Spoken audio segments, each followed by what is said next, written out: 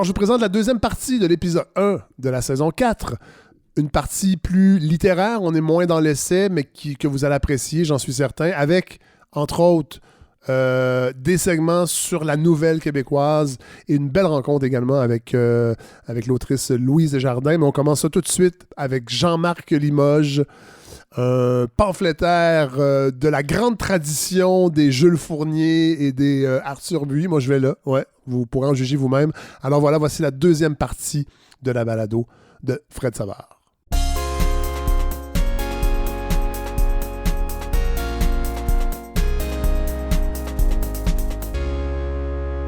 Bon, alors, vous savez, cet épisode-là, oui, c'est vrai, la Révolution tranquille est un peu le parapluie de réflexion. Là, on va aller un petit peu plus loin. En fait, j'accueille Jean-Marc Limoges. Bonjour. Allô? Vous avez fait paraître un brûlot, je pense qu'on peut dire ça, un essai, et qui est un peu, je pourrais dire, l'enfant bâtard de la commission parents, c'est-à-dire une réflexion sur l'éducation, en fait, l'enseignement, les transferts de savoir aujourd'hui, et vous...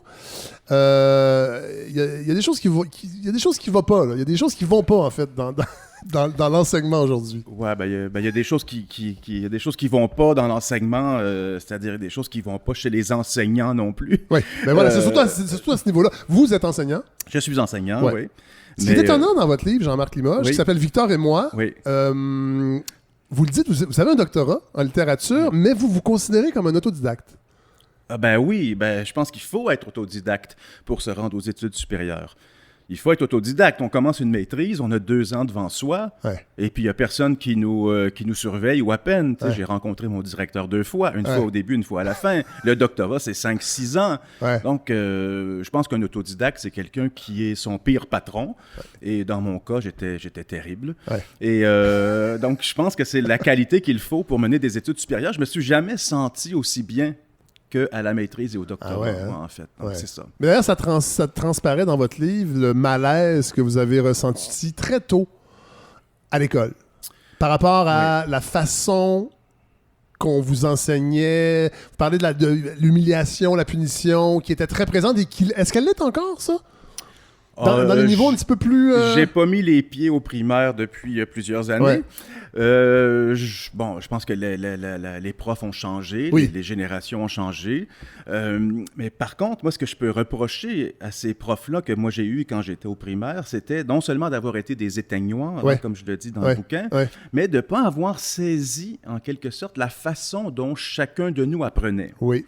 Et là, on parle d'autodidacte, je peux rebondir là-dessus. Ouais. Moi, je me souviens d'un jour où on a eu une remplaçante, et puis je ne sais pas si vous vous souvenez à l'époque, quand on avait une remplaçante, elle ne savait jamais trop quoi faire avec nous. Elle fait du dessin, fait du théâtre. Bon. Et moi, il se trouve que ce que j'ai fait pendant cette journée-là, c'était de dévorer les fiches de lecture qu'il y avait dans le coin de la classe et qu'on devait lire à raison d'une fiche par semaine. Ouais. Mais la prof aurait dû remarquer que j'avais ce tempérament autodidacte-là, que j'apprenais les choses par moi-même et non pas en écoutant quelqu'un. Ouais. Donc, c'est un peu ça aussi que je reproche, c'est-à-dire de ne pas être assez alerte, de ne pas être assez à l'écoute de la façon dont chacun apprend. Ça, là, ça me parle beaucoup, Jean-Marc Limoges, parce que moi, je suis un autodidacte. Contrairement à vous, j'ai pas fait de maîtrise et de doctorat. Mais à partir de fin du primaire et tout mon secondaire, je me sentais vraiment... J'aime pas ce mot-là parce qu'il est anglais, mais je me sentais outcast. Ouais. J'étais au séminaire, j'ai été expulsé en secondaire 4. J'étais quelqu'un de curieux intellectuellement qui lisait beaucoup, mais être assis... C'est pas une question de... Je pense pas que c'est une question de TDAH ou de diagnostic. Je pense pas que ça s'appliquait à moi, mais j'avais de la difficulté à mettre... Je trouvais que ça allait pas assez vite. Des fois, les dictées, moi, je virais fou quand on répétait 4 fois la même phrase. Et je pense que ce que vous dites me rejoint à ce niveau-là, c'est que oui, je pense que... Mais est-ce que c'est possible d'avoir un enseignement un petit peu plus, je dirais pas personnalisé, mais il y a quand même certaines contingences, c'est-à-dire des grandes classes. Comment on fait pour concilier ça? C'est-à-dire essayer d'offrir une éducation de qualité au plus grand nombre, mais prendre en compte les particularités des individus. Là, je peux donner un exemple assez clair, assez précis, un exemple d'ailleurs que j'ai remis en classe cette session. Au fond, moi, je ne conçois pas qu'on puisse offrir des lectures obligatoires. Ouais. Hein, j'en parle dans le bouquin. Oui, pour moi, lecture obligatoire, je trouve que c'est un oxymore. Ce sont deux mots qui ne vont pas très bien ensemble. Alors, pourquoi ne pas proposer un choix de lecture?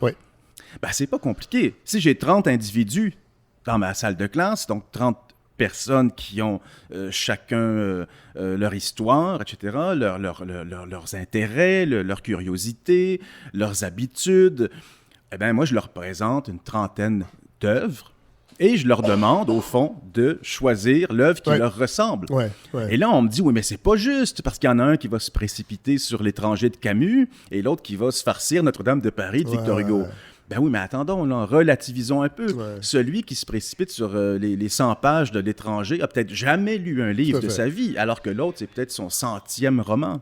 Bon, donc, mais ça, je pense que il y a certains profs qui le font. Moi, je me rappelle, mon fils, en secondaire 4, avait une vingtaine de livres où il pouvait choisir. Et de toute façon, les professeurs sont assez intelligents. Ils vont choisir des livres qui sont peut-être équivalents. Il n'y aura pas de... Ben, je dirais au contraire. Ah, intéressant. On prend des livres qui sont radicalement différents parce qu'on a des personnes radicalement différentes devant nous. Alors, tu sais, s'il y en a qui aiment lire des petits récits drôles, plein de rebondissements, bon, moi, je leur suggère un truc. Et puis, s'il y en a d'autres qui sont beaucoup plus, je sais pas moi, versés dans la psychanalyse, bon, on leur met un ouvrage surréaliste entre les mains. Enfin, donc, c'est ça, c'est une espèce d'enseignement à la carte, on pourrait dire. Et ça me semble pas si compliqué que ça. Parce que vous le dites dans votre livre, ça aussi, j'ai trouvé ça extrêmement pertinent, c'est que dans le fond, la formation en littérature, bon, là, ça concernait le collégial, mais ça pourrait aussi correspondre au secondaire.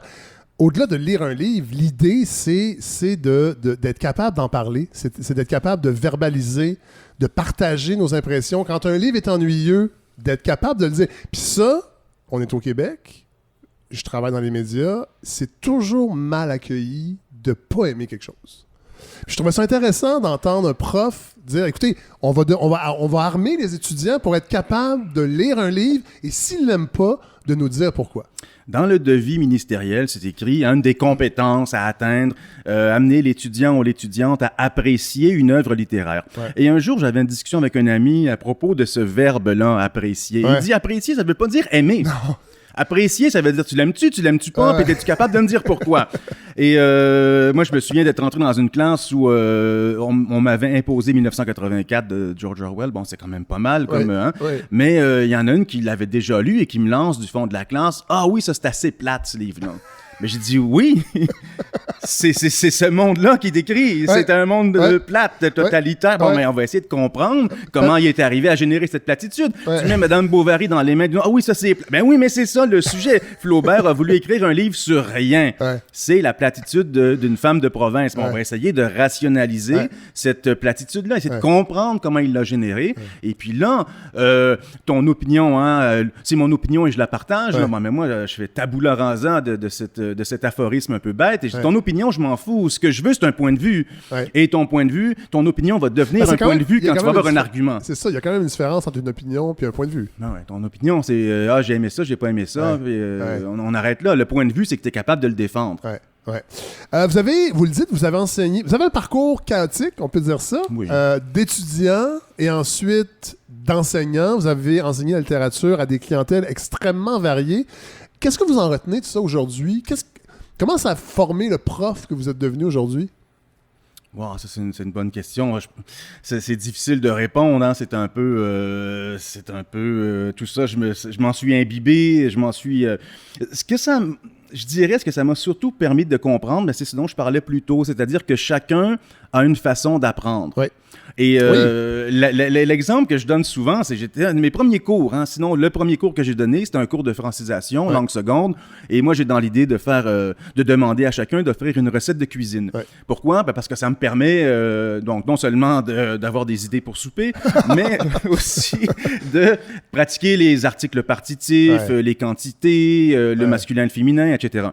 Et là, j'avais devant moi 3 étudiants qui, pour faire ce qui était demandé, une recette de cuisine, ont procédé de 3 façons différentes. Un appelle sa mère, L'autre ouvre un livre de cuisine. Et le troisième s'en va directement au supermarché. Ah ouais? Pour tâter les aliments, voir les noms. Donc, à ce moment-là, pour moi, ça a été une révélation. Je dis, chacun apprend à sa façon. Donc, moi, tant qu'ils me donnent ce que j'attends d'eux, c'est parfait. Ensuite, libre à eux d'y accéder comme ils veulent. Tout à fait. Là, vous enseignez où exactement? Parce que là, je dis, vous êtes enseignant. Pour que les gens vous situent, là. Où s'inscrivent? Oui, je vais vous donner mon numéro de téléphone. Non, moi, je dis toujours que je n'appartiens à personne. Donc, c'est un peu compliqué parce que je peux faire à peu près 4 ou 5 institutions d'enseignement différentes dans la même journée. Ah ouais? Ça totalise à peu près 5 heures de transport en commun. Wow! Donc, vous n'êtes pas attaché... Moi, je suis attaché nulle part. J'ai aucune permanence. Et Dieu merci, mon but, c'est de rester au bas de l'échelle. Mais ça, d'ailleurs, ça transparaît dans votre essai, votre pamphlet. Il y a beaucoup de colère, quand même, dans ce livre-là. Ben, colère, c'est peut-être pas le bon terme, mais oui, je pense qu'on peut dire ça. De votre milieu familial. Je ne sais pas si vos parents vont lire le livre. Ils m'ont lu. Ah oui, OK. Oui. Parce que vous êtes dur avec eux. Bon, là, on ouvre une brèche. Oui, on ouvre une brèche. On prend la balado de du temps. Hein? D'abord. OK, parlons-en. Il y a une citation en exergue qui est super importante. C'est une citation tirée d'un film de François Truffaut. Oui. Une œuvre d'art ne peut pas être un règlement de compte. Oh! Bon, moi, ça dédouane bien du monde. Ben, quand j'ai entendu ça, en fait, j'étais évidemment... Cette colère-là, c'est pas faux. Hein? Donc, j'avais une colère qui m'habitait, que ce soit envers mon milieu familial, envers mon milieu scolaire, envers mes profs. Ouais. Donc, une colère qui m'habitait. Et donc, j'ai, plutôt que de frapper, ouais. J'ai pris la plume et je me suis mis à écrire pour... C'est pas pire. Bon, voilà. Comme disait Montaigne, songer à faire monter le sang au visage d'un homme plutôt qu'à le répandre. Ah, voilà. Intéressant. C'est une autre phrase aussi qui m'a empêché de commettre des crimes.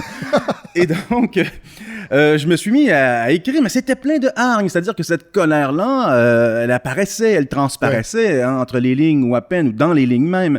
Et là, un coup j'entends cette citation-là, une œuvre d'art ne peut pas être un règlement de compte. Et ça a été une espèce de catharsis. Là, je me suis dit, ben voilà, je pense que là, j'ai compris. Et je me suis dit, je ne peux pas me mettre à écrire tant que je serai habité par cette colère. Oui, tout à fait. Bon. Et est arrivé un moment, le temps aidant, où j'ai pu dire ces choses-là. Là, on est dans un monde où on subit beaucoup de censure. Il y a plein de choses qu'on peut dire, qu'on peut pas dire. Et moi, je me suis dit, est-ce que je dois me censurer par rapport à mes parents? Si je commence à me censurer moi alors que d'autres s'en chargent, on va nulle part. Alors, j'ai donc décidé de dire ce que j'avais à dire. Et une fois que ça a été publié, j'ai dit, mes parents vont me lire. Mais finalement, c'est assez beau, en somme, ce qui arrive, parce qu'ils comprennent très bien. Ils comprennent aussi que ce ne sont pas eux non plus, ce sont les parents du milieu du quartier Villeray des années 70 que je dépeins, c'est-à-dire à coups de claque. Et puis, bon... en fait, on pourrait élargir au Québec, parce que vous parlez, à un moment donné, du Québec, à peu près... Oui. En citant Jules Fournier, entre autres. Oui, d'ailleurs. Oui. Auteur, on va en parler. Auteur honteusement méconnu. On peut en parler tout de suite, parce que ça aussi, ça m'a beaucoup rejoint. Il y a une certaine époque, quand j'étais dans les apartistes, je me suis mis à lire Jules Fournier, Oliver Asselin, la biographie d'Hélène Bayarjon sur Oliver Asselin, Arthur Buy. Ouais. Et c'est vrai qu'ils sont un petit peu dans les limbes de la littérature québécoise, ces gens-là. J'ai un bac en littérature, j'ai une maîtrise en littérature, j'ai un doctorat en littérature, j'en ai jamais entendu parler. C'est incroyable. Une chance que je suis autodidacte. Ouais. Hein? Tout à fait. Donc, c'est ensuite, quand j'ai eu à enseigner la littérature québécoise, je dis, mais qu'est-ce qu'on me dit sur la littérature québécoise? OK, est-ce que c'est vrai? Ce qu'on me dit sur la littérature québécoise? Et est-ce qu'on me tout dit sur la littérature québécoise? Et aux canadiennes-françaises. Alors là, je me suis mis à la découvrir par moi-même après des années passées sur les bancs d'université. Et là, je découvre des auteurs comme Arthur Buy, décapant, tout à fait, décoiffant, drôle, plein d'esprit, vif, tout seul contre la bonne. La Lanterne, il était directeur, imprimeur, distributeur, éditeur, il a tout fait, il portait tous les chapeaux. Et Jules Fournier, son texte sur la langue française au Canada, dans lequel il parle de l'à peu près, cette maladie dont nous souffrons, c'est le plus beau texte écrit sur la langue française au Québec. Et c'est encore d'actualité plus d'un siècle après. Puis ces figures-là, Arthur Buy, moi je trouve aussi, qui est vraiment un franc-tireur dans le plus noble terme, si on pourrait dire. Jean-Charles Harvey aussi, à l'époque, que j'avais découvert. C'est pas pareil, c'est une autre époque, mais quand même. seul contre le bunch, comme vous dites. Et ça, on les aime, on les tasse au Québec. Tous ces gens-là ont fini alcooliques ou à Ottawa. C'est vrai, je le fournis, entre autres. Ouais. Il traduisait des textes à Ottawa. Ouais. Il a fait de la prison. C'est hallucinant. C'est comme, il y avait, c'est la seule issue. Il y aurait un film à faire sur ces gens-là, au lieu de refaire un remake des Filles de Caleb qui s'en vient, il paraît. Là. Oh mon Dieu. Ou des belles histoires des pays d'en haut, on va en revenir à un moment donné. Mais d'ailleurs, c'est pas mal à cause de ce gars-là. L'auteur de Nommer son péché, qu'on entend très peu parler d'Arthur Bury. Oui. Claude-Henri Grignon, parce que... Claude-Henri Grignon, il l'a tassé pas mal. Ben oui, ces gens-là avaient du pouvoir.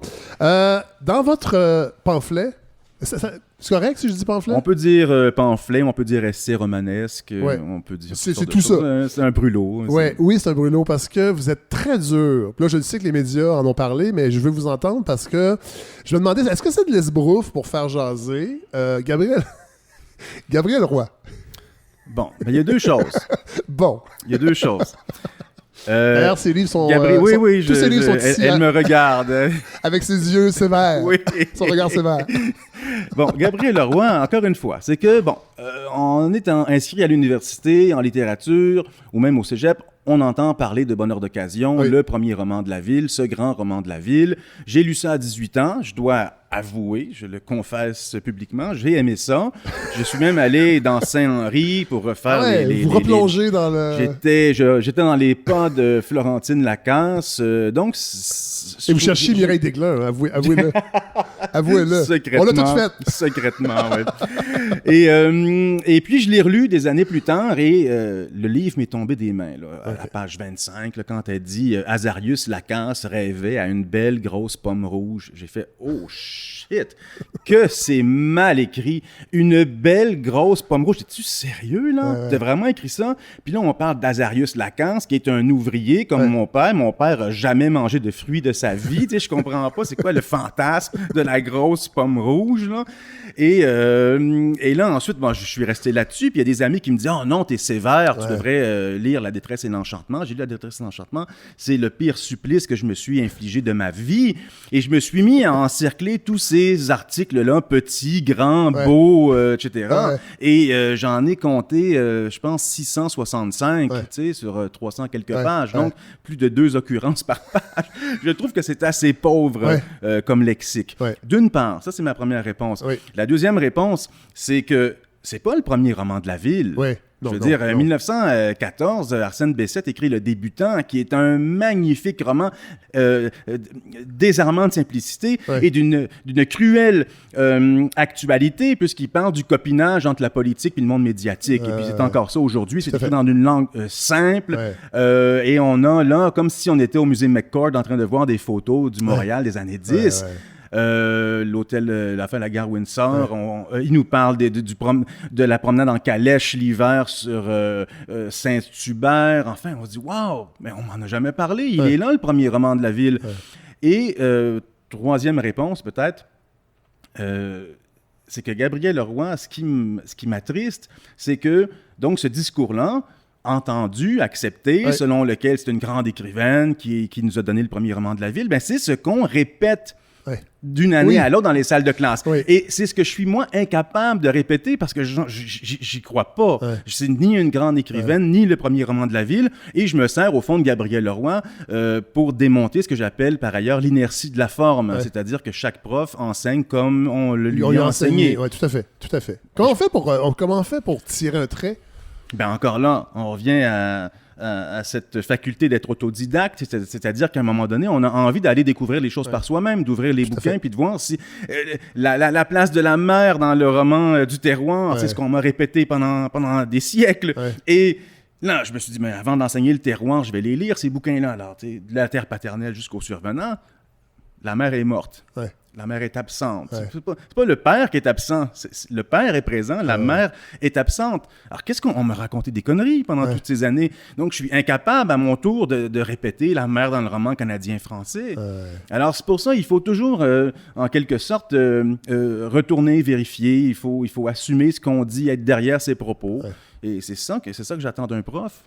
Vous parlez des livres pour enfants aussi. Ça va beaucoup rejoindre. Vous dites souvent qu'ils sont un peu gna-gna. Puis qu'on devrait offrir autre chose aux enfants. Puis moi, je trouve souvent que les livres pour enfants, puis tu sais, au Québec, c'est une industrie dans le monde de l'édition qui est florissante. Moi, je ne dirais pas c'est qui, mais il y a un éditeur, triste, vous choisirez le genre, qui m'a déjà dit « Perds pas ton temps à écrire un roman ou un essai. Écris un livre pour enfants, ça reste longtemps sur tes tablettes.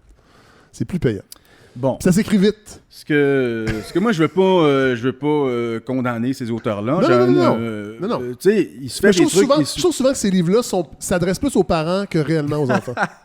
Ben, moi, ce que je condamne, en fait, pour remettre les pendules à l'heure, c'est les bouquins écrits pour les jeunes, c'est-à-dire écrits pour ne pas les effrayer, pour ne pas... des bouquins dans lesquels ils ne rencontreront pas d'adversité, de résistance. Bon, alors, moi, je reviens à une comparaison un peu sommaire que j'ai proposée un jour à un autre intervieweur. C'est un peu la différence entre Sol et Gobelet puis les Télétobies. Tu sais, Sol et Gobelet nous amenaient dans un monde qui est absurde, qui nous dépassait, et c'était du même coup fascinant. Et un monde violent aussi. Des fois, Sol, il est sacré en bas du 13e étage. Où se suicidait. Il y a un épisode, il y a une corde de pendu. Puis Gobelet essaie de le convaincre, mais il convainc pas tant que ça non plus. Ben, tu sais, c'est Beckettien, ça. On est en attendant Godot. Donc, c'est ça. Moi, j'ai l'impression que quand on prend pas les jeunes pour des épées, pour des caves, d'ailleurs, personne n'aime se faire prendre pour un cave, eh bien, on élève, on décloisonne l'esprit, on sème la curiosité. Et un jour, pour l'anecdote, je devais faire du tutorat auprès d'un ado là, de secondaire 1, puis sa mère était dans tous ses états, déprimée, dépressive, presque suicidaire, et elle me dit « Mon fils aime pas l'école, mon fils aime pas lire, il arrête pas de dire que c'est plate, est-ce que vous pouvez faire quelque chose? » Alors je m'assois avec le gamin, j'ouvre le bouquin, je lis une page et je lui dis « C'est vrai que c'est plate, mais c'était plate. » C'est atrocement plate. Alors, moi, on m'a mis entre les mains, ça c'est peut-être la chance que j'ai eue, on m'a mis entre les mains de grandes œuvres au secondaire. Tu sais, Le Grand Monde d'Alain Fournier, dont je ne suis, au moment où on se parle, jamais revenu. J'ai basculé dans cet imaginaire-là, tournant de siècle. 1984, Le Meilleur des mondes. Enfin, ce genre d'ouvrage-là, il nous avait amené voir Des souris et des hommes au théâtre de Nice-Pelletier. Je m'en souviens comme si c'était hier. Alors, à partir du moment où tu nivelles pas par le bas, où tu prends pas les étudiants pour des épées, ben, je pense que tu peux parvenir à leur décloisonner l'esprit de la belle manière. Vous parlez d'une notion que j'ignorais totalement, qui est de Michel Foucault, l'érotisation du savoir. Mais c'est intéressant, vraiment, ça. Parlez-nous de ça. Il faut qu'il y ait de l'érotisation dans la... je veux dire... on va reprendre la question par le grand bout. C'est qu'il y a 3 types de libido. La libido sentiendi. La libido sentiendi, c'est la libido à laquelle on pense, au fond, tout ce qui est d'ordre du plaisir charnel. La libido dominandi, ce désir de dominer l'autre ou de se dominer soi-même. Et la libido siendi, qui est ce désir de savoir. Et là, on remonte à Adam et Ève. Là, c'est ça le mythe d'Adam et Ève. On va croquer la pomme, qu'est-ce qu'on va apprendre? Ben, je pense qu'il doit y avoir de l'excitation dans une salle de classe. C'est pas plus compliqué que ça. Mais si on est d'une époque où... Ben oui, mais... c'est proscrit. Évidemment, on comprend ce que vous voulez dire, mais ça reste un terrain vaseux. Ben, c'est en cela que l'enseignement est un métier dangereux.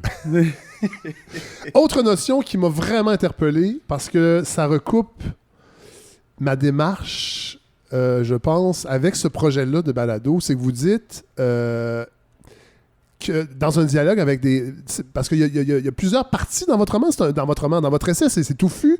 Il y a vraiment un essai où vous êtes en monologue. Il y a une partie dialogue. Il y a les lettres ouvertes à la fin. On va en parler parce que moi, c'est une partie qui m'a beaucoup interpellé aussi. Mais dans une partie avec un dialogue avec de jeunes enseignants, vous dites que le prof doit susciter la jalousie. Oui. Mais de façon subtile, en leur parlant égo, en supposant qu'ils ont lu la même chose. Donc, le prof dit Ça, c'est vraiment intéressant parce que moi, c'est ce que je fais en humour depuis mon passage dans les apartistes. Et je me rappelle, on faisait des spectacles dans les cégeps. Il y a un prof qui était venu nous voir, il avait dit « Moi, ce que j'aime avec vous, c'est que vous ne faites pas de compromis. Vous faites des blagues. Si les étudiants ne les comprennent pas, ils feront leurs recherches. ou demanderont à leurs voisins. Puis moi, ça m'était resté. Puis ce projet-là, on fait la même chose. On parle parfois de sujets arides, mais on y va quand même. On prend personne par la main. Je fais confiance à l'intelligence des gens. Puis au pire, ils feront leur recherche, comme dirait Lucie Laurier. Mais cette idée-là de susciter la jalousie entre un enseignant et ses étudiants, je trouve ça vraiment intéressant. Ben oui, mais encore une fois, si je parle de mon expérience, j'ai eu 2 profs dont je me souviens à l'université. Oui. Un qui nous prenait de très haut. Et il commençait systématiquement ses phrases par « On sait bien, vous autres les jeunes, vous n'avez pas lu ça. » Et moi, je sentais la grogne dans la classe. Et lui, la grogne à laquelle il était aveugle, d'ailleurs, trop imbu de sa personne. Et par ailleurs, on avait un autre prof, donc que je nommerai pas, je les respecte tous les deux, et qui nous disait « Oui, bon, vous savez, c'est comme dans Madame Bovary. » Puis il continuait sa phrase. Moi, je me souviens que je regardais discrètement autour de moi pour voir les réactions. Je suis le seul à ne pas l'avoir lu. Oui, est-ce que je suis le seul? J'attendais de voir des regards. Oui, évidemment. Et là, je me rendais compte que, bon, je l'avais pas lu, d'autres l'avaient sans doute pas lu. Et qu'est-ce que je faisais après le cours? Je me précipitais pour le lire. Et là, j'attendais impatiemment ce moment de gloire, cette deuxième chance qui allait se présenter à moi quand le prof allait dire, vous savez, c'est comme la Madame Bovary. Puis là, je me disais, là, à ce moment-là, je serais gonflé d'orgueil. Je vais me lever sur mon siège en disant, oui, bien sûr. Et c'est arrivé ce moment-là. Il a dit une deuxième fois, un peu plus tard dans la session, c'est comme dans Madame Bovary, et il s'est rien passé. Pourquoi? Parce que c'était normal d'avoir lu Madame Bovary. Voilà. C'est ça la leçon que j'en tire. Moi, je leur dis, c'est comme l'alphabet, c'est comme les tables de multiplication. Il faut avoir lu ces grandes œuvres-là. Il n'y a pas à s'en enorgueillir. C'est normal. C'est normal. Non, mais c'est vraiment intéressant. Évidemment, il y a une partie importante dans l'apprentissage du français, entre autres dans les lettres ouvertes, si ma mémoire est bonne. Vous le dites, c'est problématique depuis toujours au Québec, parce qu'on a trop insisté sur la difficulté de la langue, puis en même temps, votre essai est truffé de démonstrations que vous maîtrisez vraiment, vraiment la langue, et ça rend jaloux. Ben, tout s'explique, parce que ça, j'ai appris ça en autodidacte, le subjonctif imparfait, on me l'a pas enseigné. Et si en plus ça suscite de la jalousie, bon, alors là, j'ai gagné sur tous les plans. Mais oui, bon, la question de la langue, en fait, elle est dans la lettre ouverte, mais elle est aussi dans le chapitre 2, dans le chapitre 2 où je parle de mon expérience à l'école, donc au primaire, où la première chose que j'entends, alors que je quitte ma mère le cœur gros, parce que je me dis, je vais peut-être la retrouver ce soir, finalement. Devant la télé. La maîtresse nous dit, les enfants, j'ai des petites nouvelles pour vous autres. Le français, c'est bien compliqué. C'est plein d'exceptions. Puis il y a quelques règles, mais il y a plein d'exceptions. Et quand on fouille dans nos souvenirs, qu'est-ce qui remonte à la surface? Pou, chou, genou, caillou? Les comptines, mais où est donc Carniard? Mais pourquoi est-ce qu'on... Ça, je me rends compte, je parle avec des amis à moi qui ont aujourd'hui 40, 50, 60 ans et qui commencent en me disant « Ah oui, mais le français, c'est très compliqué. » On a été brainwashés. C'est pas vrai que le français, c'est si compliqué que ça, ou en tout cas, c'est pas vrai que c'est plus compliqué qu'une autre langue, et c'est pas vrai qu'il y a autant d'exceptions que ça.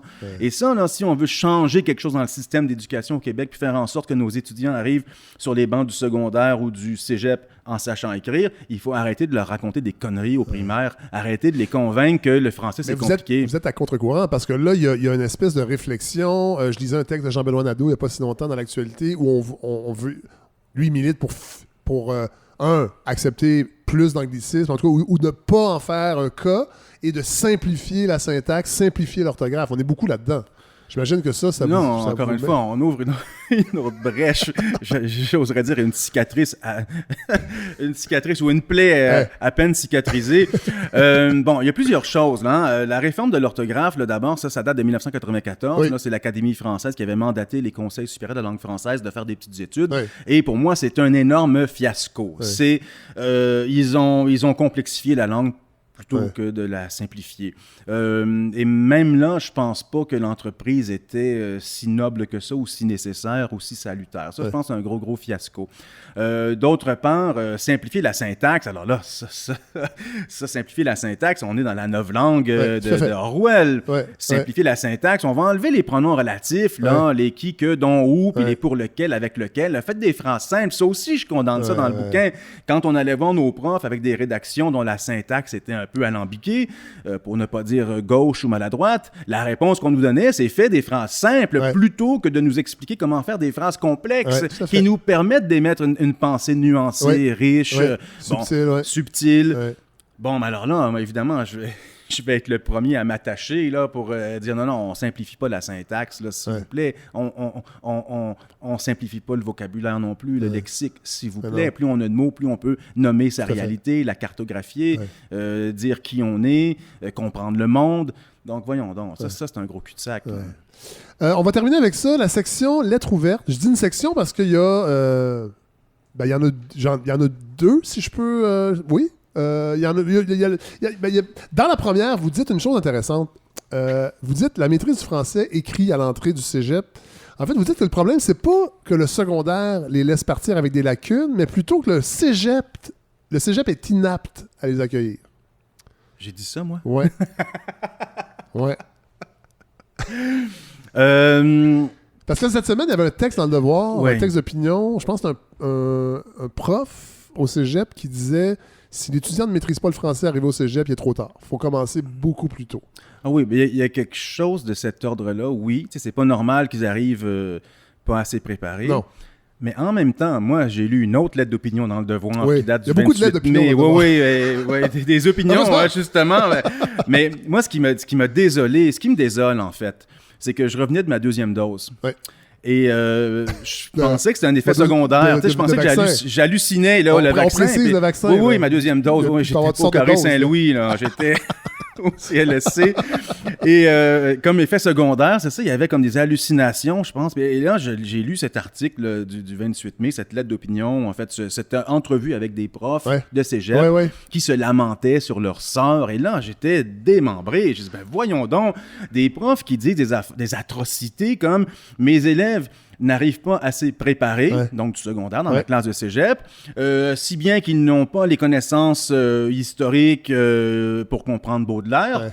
Donc, j'ai retiré Baudelaire. Non, mais ça marche pas, là. On est en train de nourrir le problème plutôt que de le résoudre. Bon, alors, partant de cela, si mes étudiants arrivent du secondaire et qui ne savent pas comment accorder les foutus participes passés, bon, je peux pas leur en vouloir parce que déjà, j'en veux pas mal plus à leurs profs qui n'ont pas été capables de leur faire comprendre. Et donc, je me dis, c'est ma job, c'est ma tâche, ça repose sur mes épaules. Je vais pas chialer contre le système. Je suis là pour ça. C'est comme l'exemple que je donnais. C'est comme si un restaurateur venait vous voir en disant, je comprends pas ce qui arrive ces temps-ci. Les clients rentrent dans mon restaurant puis ils ont faim. Bon, mais change de job si tu veux pas leur faire la bouffe. Non, mais c'est quoi ça? Alors, le prof, il est là pour les nourrir aussi, ces étudiants-là qui n'ont pas les connaissances historiques ou littéraires pour comprendre les textes. Rappelons-nous, à 18 ans, est-ce qu'on les avait, nous? Non, pas pantoute. On était des cancres, on n'en avait rien lu, on connaissait rien. Bon, mais alors là, le prof doit justement leur donner ces connaissances-là et leur expliquer l'accord du participe passé, mais différemment. Parce que s'ils sont rendus là et qu'ils ne l'ont pas compris, c'est qu'il y a un problème dans l'explication puis pas dans la compréhension de l'élève. Donc voilà, c'est facile de toujours pelleter la scrap dans le cours du voisin. À un moment donné, il faut prendre ses responsabilités. Et là, il y a l'autre lettre ouverte. Dans le bonheur, c'est la classe. Et là, vous parlez... Puis il y a un autre passage où... Votre conception de l'enseignant ou de l'enseignante, je dirais que c'est une conception de l'enseignant total. Vous dites même que le privé, la vie privée et la vie professionnelle ne font qu'un. Et vous donnez l'exemple à la fin d'une prof qui vous a marqué, mais qui est une femme mystérieuse, malheureuse, déclassée des deux bords, c'est le terme que vous utilisez. Tu sais, un apprenti enseignant qui lit ça, je suis pas sûr que ça lui donne le goût de continuer. Vous êtes intense.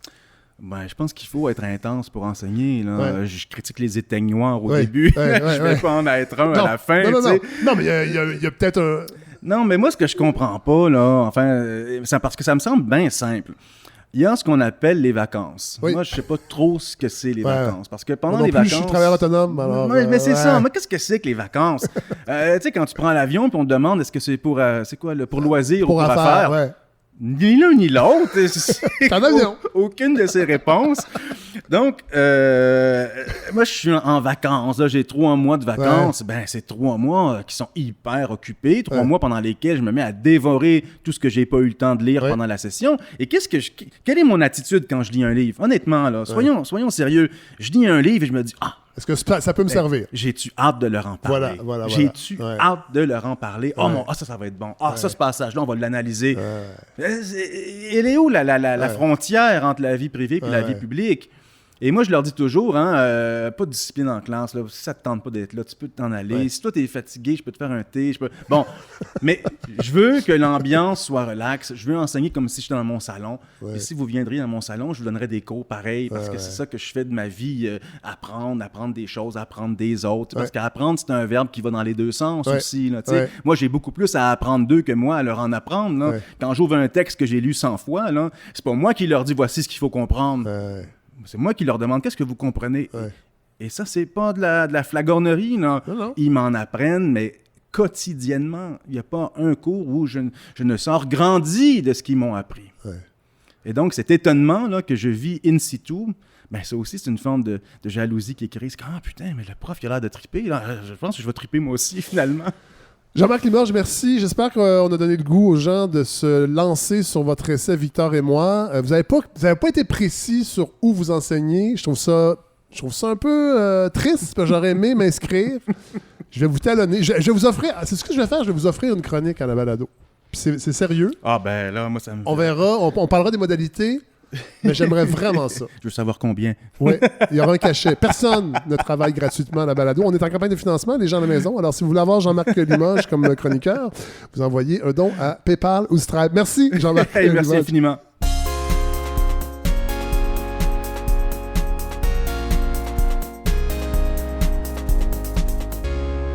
Bon, alors, cette saison, j'ai décidé... Bon, vous savez, j'aime beaucoup les essais, mais j'ai décidé d'aller un peu plus vers la fiction. J'avoue que j'ai un petit complexe pour parler de fiction parce que, n'ayant pas étudié en littérature, j'ai parfois l'impression de manquer de cadre d'analyse pour le faire, mais je me suis dit... On se lance quand même, comme dirait le poète, fuck it. Alors, j'ai avec moi deux auteurs, est-ce qu'on dit des nouvellistes? Les auteurs de nouvelles? Moi, j'ai fait tous les genres, sauf la bande dessinée. OK, auteur. Donc, la personne qu'on entend, c'est Michael Delisle. Bonjour. Bonjour. Vous venez de faire paraître un recueil de nouvelles qui s'appelle « Rien dans le ciel ».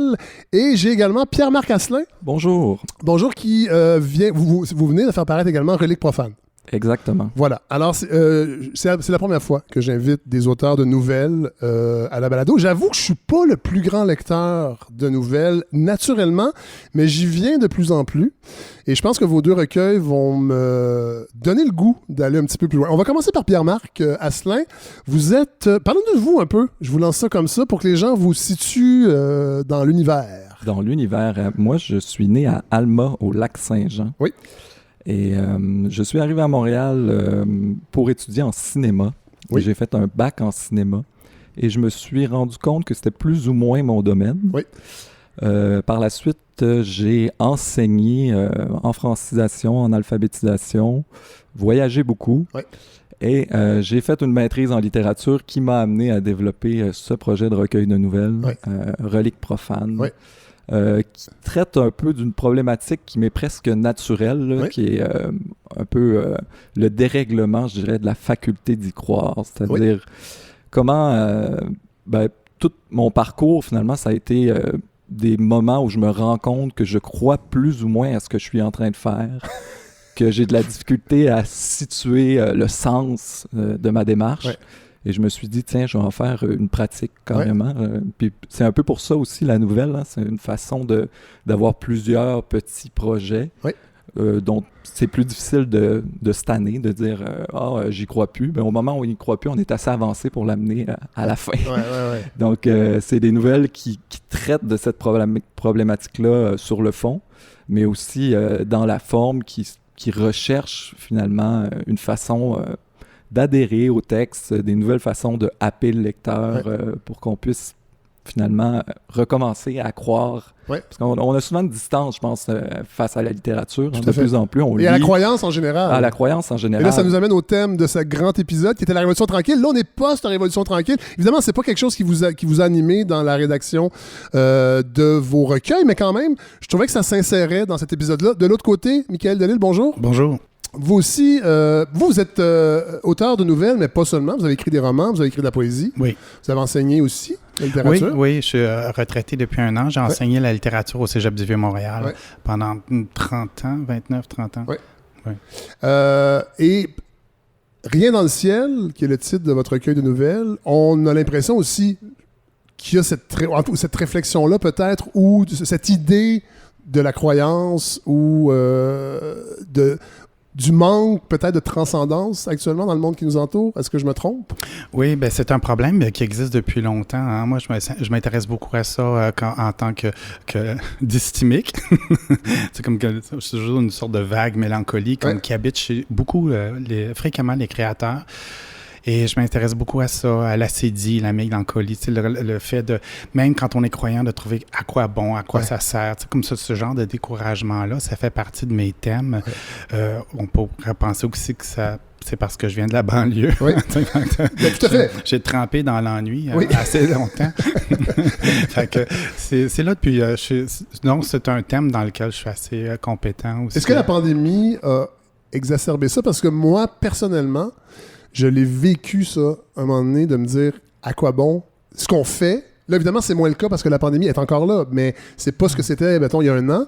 Mais j'avoue qu'au début, bon, tout le monde trouvait ça un peu rigolo. On était un peu en congé forcé. On va voir ce que ça donne. On fait attention, mais bon, ça durera pas longtemps. Mais à un moment donné, je me rappelle d'avoir eu des épisodes qui ont duré plusieurs jours, de me demander quel est le sens de ce que je fais? Oui. Cette difficulté de se projeter dans le futur. Mais la pandémie, c'est particulier. C'est pas une morosité mélancolique, romantique. Ouais. C'est vraiment, il y avait aussi, c'était accompagné d'une grande angoisse, d'une crainte. Hein. Au début, je sais pas si vous vous souvenez, mais c'était comme si c'était la mort, puis on se demandait d'où ça venait, puis on savait pas c'était quoi ce monstre-là. Fait que ça faisait beau. Il y avait pas beaucoup d'espace intérieur pour réfléchir à ça. On était surtout dans l'urgence de se laver les mains. Ouais. Et puis, mais graduellement, à un moment donné, quand ça s'est installé, j'ai commencé moi-même à repenser justement cette question de l'ennui, de la mélancolie, de comment l'ennui aussi peut être le terreau de la créativité. Hein? Un enfant qui s'ennuie pas longtemps, il invente quelque chose. Tout à fait. Fait que ça aussi, ça a été intéressant pour moi de repenser justement c'est quoi l'ennui, la platitude, la mélancolie, l'attente de quelque chose qui n'arrive pas. Ça peut être aussi un terreau pour l'invention. Est-ce que la pandémie a eu un impact? Je ne sais pas, la période de temps de rédaction de votre recueil de nouvelles, est-ce que c'est étalé sur plusieurs années? Oh, oui, c'est long. Des fois, il y a des nouvelles là-dedans que j'avais faites il y a 5-6 ans puis que je n'aimais pas parce qu'elles étaient... C'était comme une histoire puis rien d'autre. Il n'y avait pas d'autres lectures. Là, fait que ça s'est échelonné sur beaucoup d'années. Et on le sent aussi, Pierre-Marc Asselin. De toute façon, vous le dites à la fin de votre recueil, il y a des nouvelles qui ont été diffusées d'abord dans des revues littéraires, entre autres. Est-ce que les deux, vous publiez dans des revues littéraires? Moi, puis maintenant. J'ai fait ça beaucoup au début. Là, ça fait comme 42 ans que je publie. Là. Dans les 10 premières années, j'ai publié, je faisais juste ça. Mais à un moment donné, j'ai arrêté pour me concentrer plus sur les livres. OK. Mais est-ce que c'est quelque chose qui est un moteur de création de publier dans des revues? Ah, certainement. Parce que les revues, c'est aussi tout un cercle de littéraires qui vous commandent, qui vous encouragent, qui vous donnent des thématiques, qui cherchent avec vous dans la même direction. Fait que c'est sûr que quand on publie un texte, c'est pas simplement le rayonnement du texte, disons, en revue va être probablement assez minimal, mais ce qui est intéressant, c'est qu'on va avoir des avis qui vont venir enrichir notre démarche et clarifier vers où on s'en va. Vous êtes en maîtrise? Là, je suis au doctorat maintenant. Mais les 5 nouvelles dans votre recueil ont été écrites dans le cadre de votre maîtrise en recherche-création à l'UQAM, et vous travaillez sur Don DeLillo. Oui, à la maîtrise, j'ai travaillé sur Don DeLillo. Okay. Parlez-nous de lui un peu. Don DeLillo, c'est un auteur américain qui est très marquant, qui est malheureusement un peu méconnu au Québec. Oui, tout à fait. Mais il est un peu considéré comme l'écrivain des écrivains aux États-Unis. Donc, plus que Philip Roth? Plus que Philip Roth. Ah oui? Disons, la génération... Moi, je suis un grand fan de Philip Roth, attention. Je dis pas qu'il est meilleur que Philip Roth, mais je pense qu'il y a plus de jeunes écrivains qui se sont réclamés de Don DeLillo que de Philip Roth. Philip Roth peut-être est trop imposant. Il a un style... DeLillo a beaucoup de petits livres conceptuels qui rejoignent peut-être un moins grand public que Philip Roth, mais qui vont allumer, disons, la fibre littéraire parce qu'il s'intéresse beaucoup au langage, à comment on produit le langage, pourquoi, puis un peu quel sens que ça donne... Pas juste à la littérature, mais à nos vies, ce rapport-là à la langue.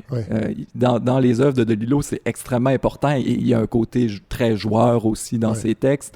Il y a un roman qui s'appelle Les Noms, que j'adore, où il y a une secte qui vont assassiner des personnages en fonction de leur prénom, si leur prénom correspond à la ville où ils habitent. Donc, si la première lettre du prénom commence par la même lettre que la ville où ils habitent, donc, c'est une raison de tuer quelqu'un.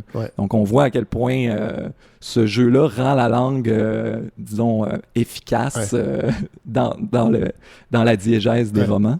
Et puis, moi, c'est un écrivain qui m'a beaucoup influencé parce qu'il est à la fois extrêmement sensible, extrêmement philosophe. Donc, il va mélanger la sensibilité aux petites choses et les idées.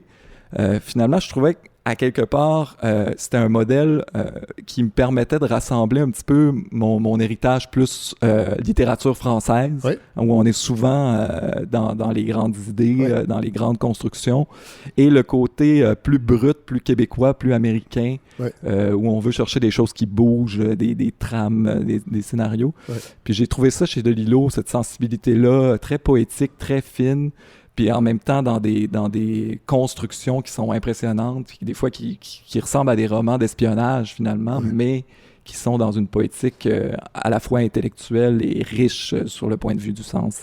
Dans la lecture de Reliques profanes, j'ai remarqué que la technologie prend quand même, est souvent là, comme si c'était le dernier reliquat de quelque chose de sacré, c'est-à-dire que les personnages ont un rapport avec la technologie qui est un peu, je dirais pas hiérarchique, mais oui, en fait, j'ai senti ça, et bon, dans votre mémoire, en fait, votre mémoire porte sur les interactions entre science et littérature. J'imagine que le lien est là. Ah oui, effectivement. La technologie, c'est un peu ça qui m'a donné le titre du recueil, parce que je me disais... Il y a un côté un peu drôle que moi longtemps, j'avais un petit téléphone flip, là, puis tout le monde était comme « Pourquoi tu te promènes avec ça? » Mais ça a 10 ans d'ancienneté et déjà, c'est quelque chose de très ancien. Fait qu'il y avait un peu cette idée-là du jeu quand je disais « relique profane », c'est un peu l'idée que les choses qui ont 10 ans maintenant, ça nous apparaît comme très, très ancien.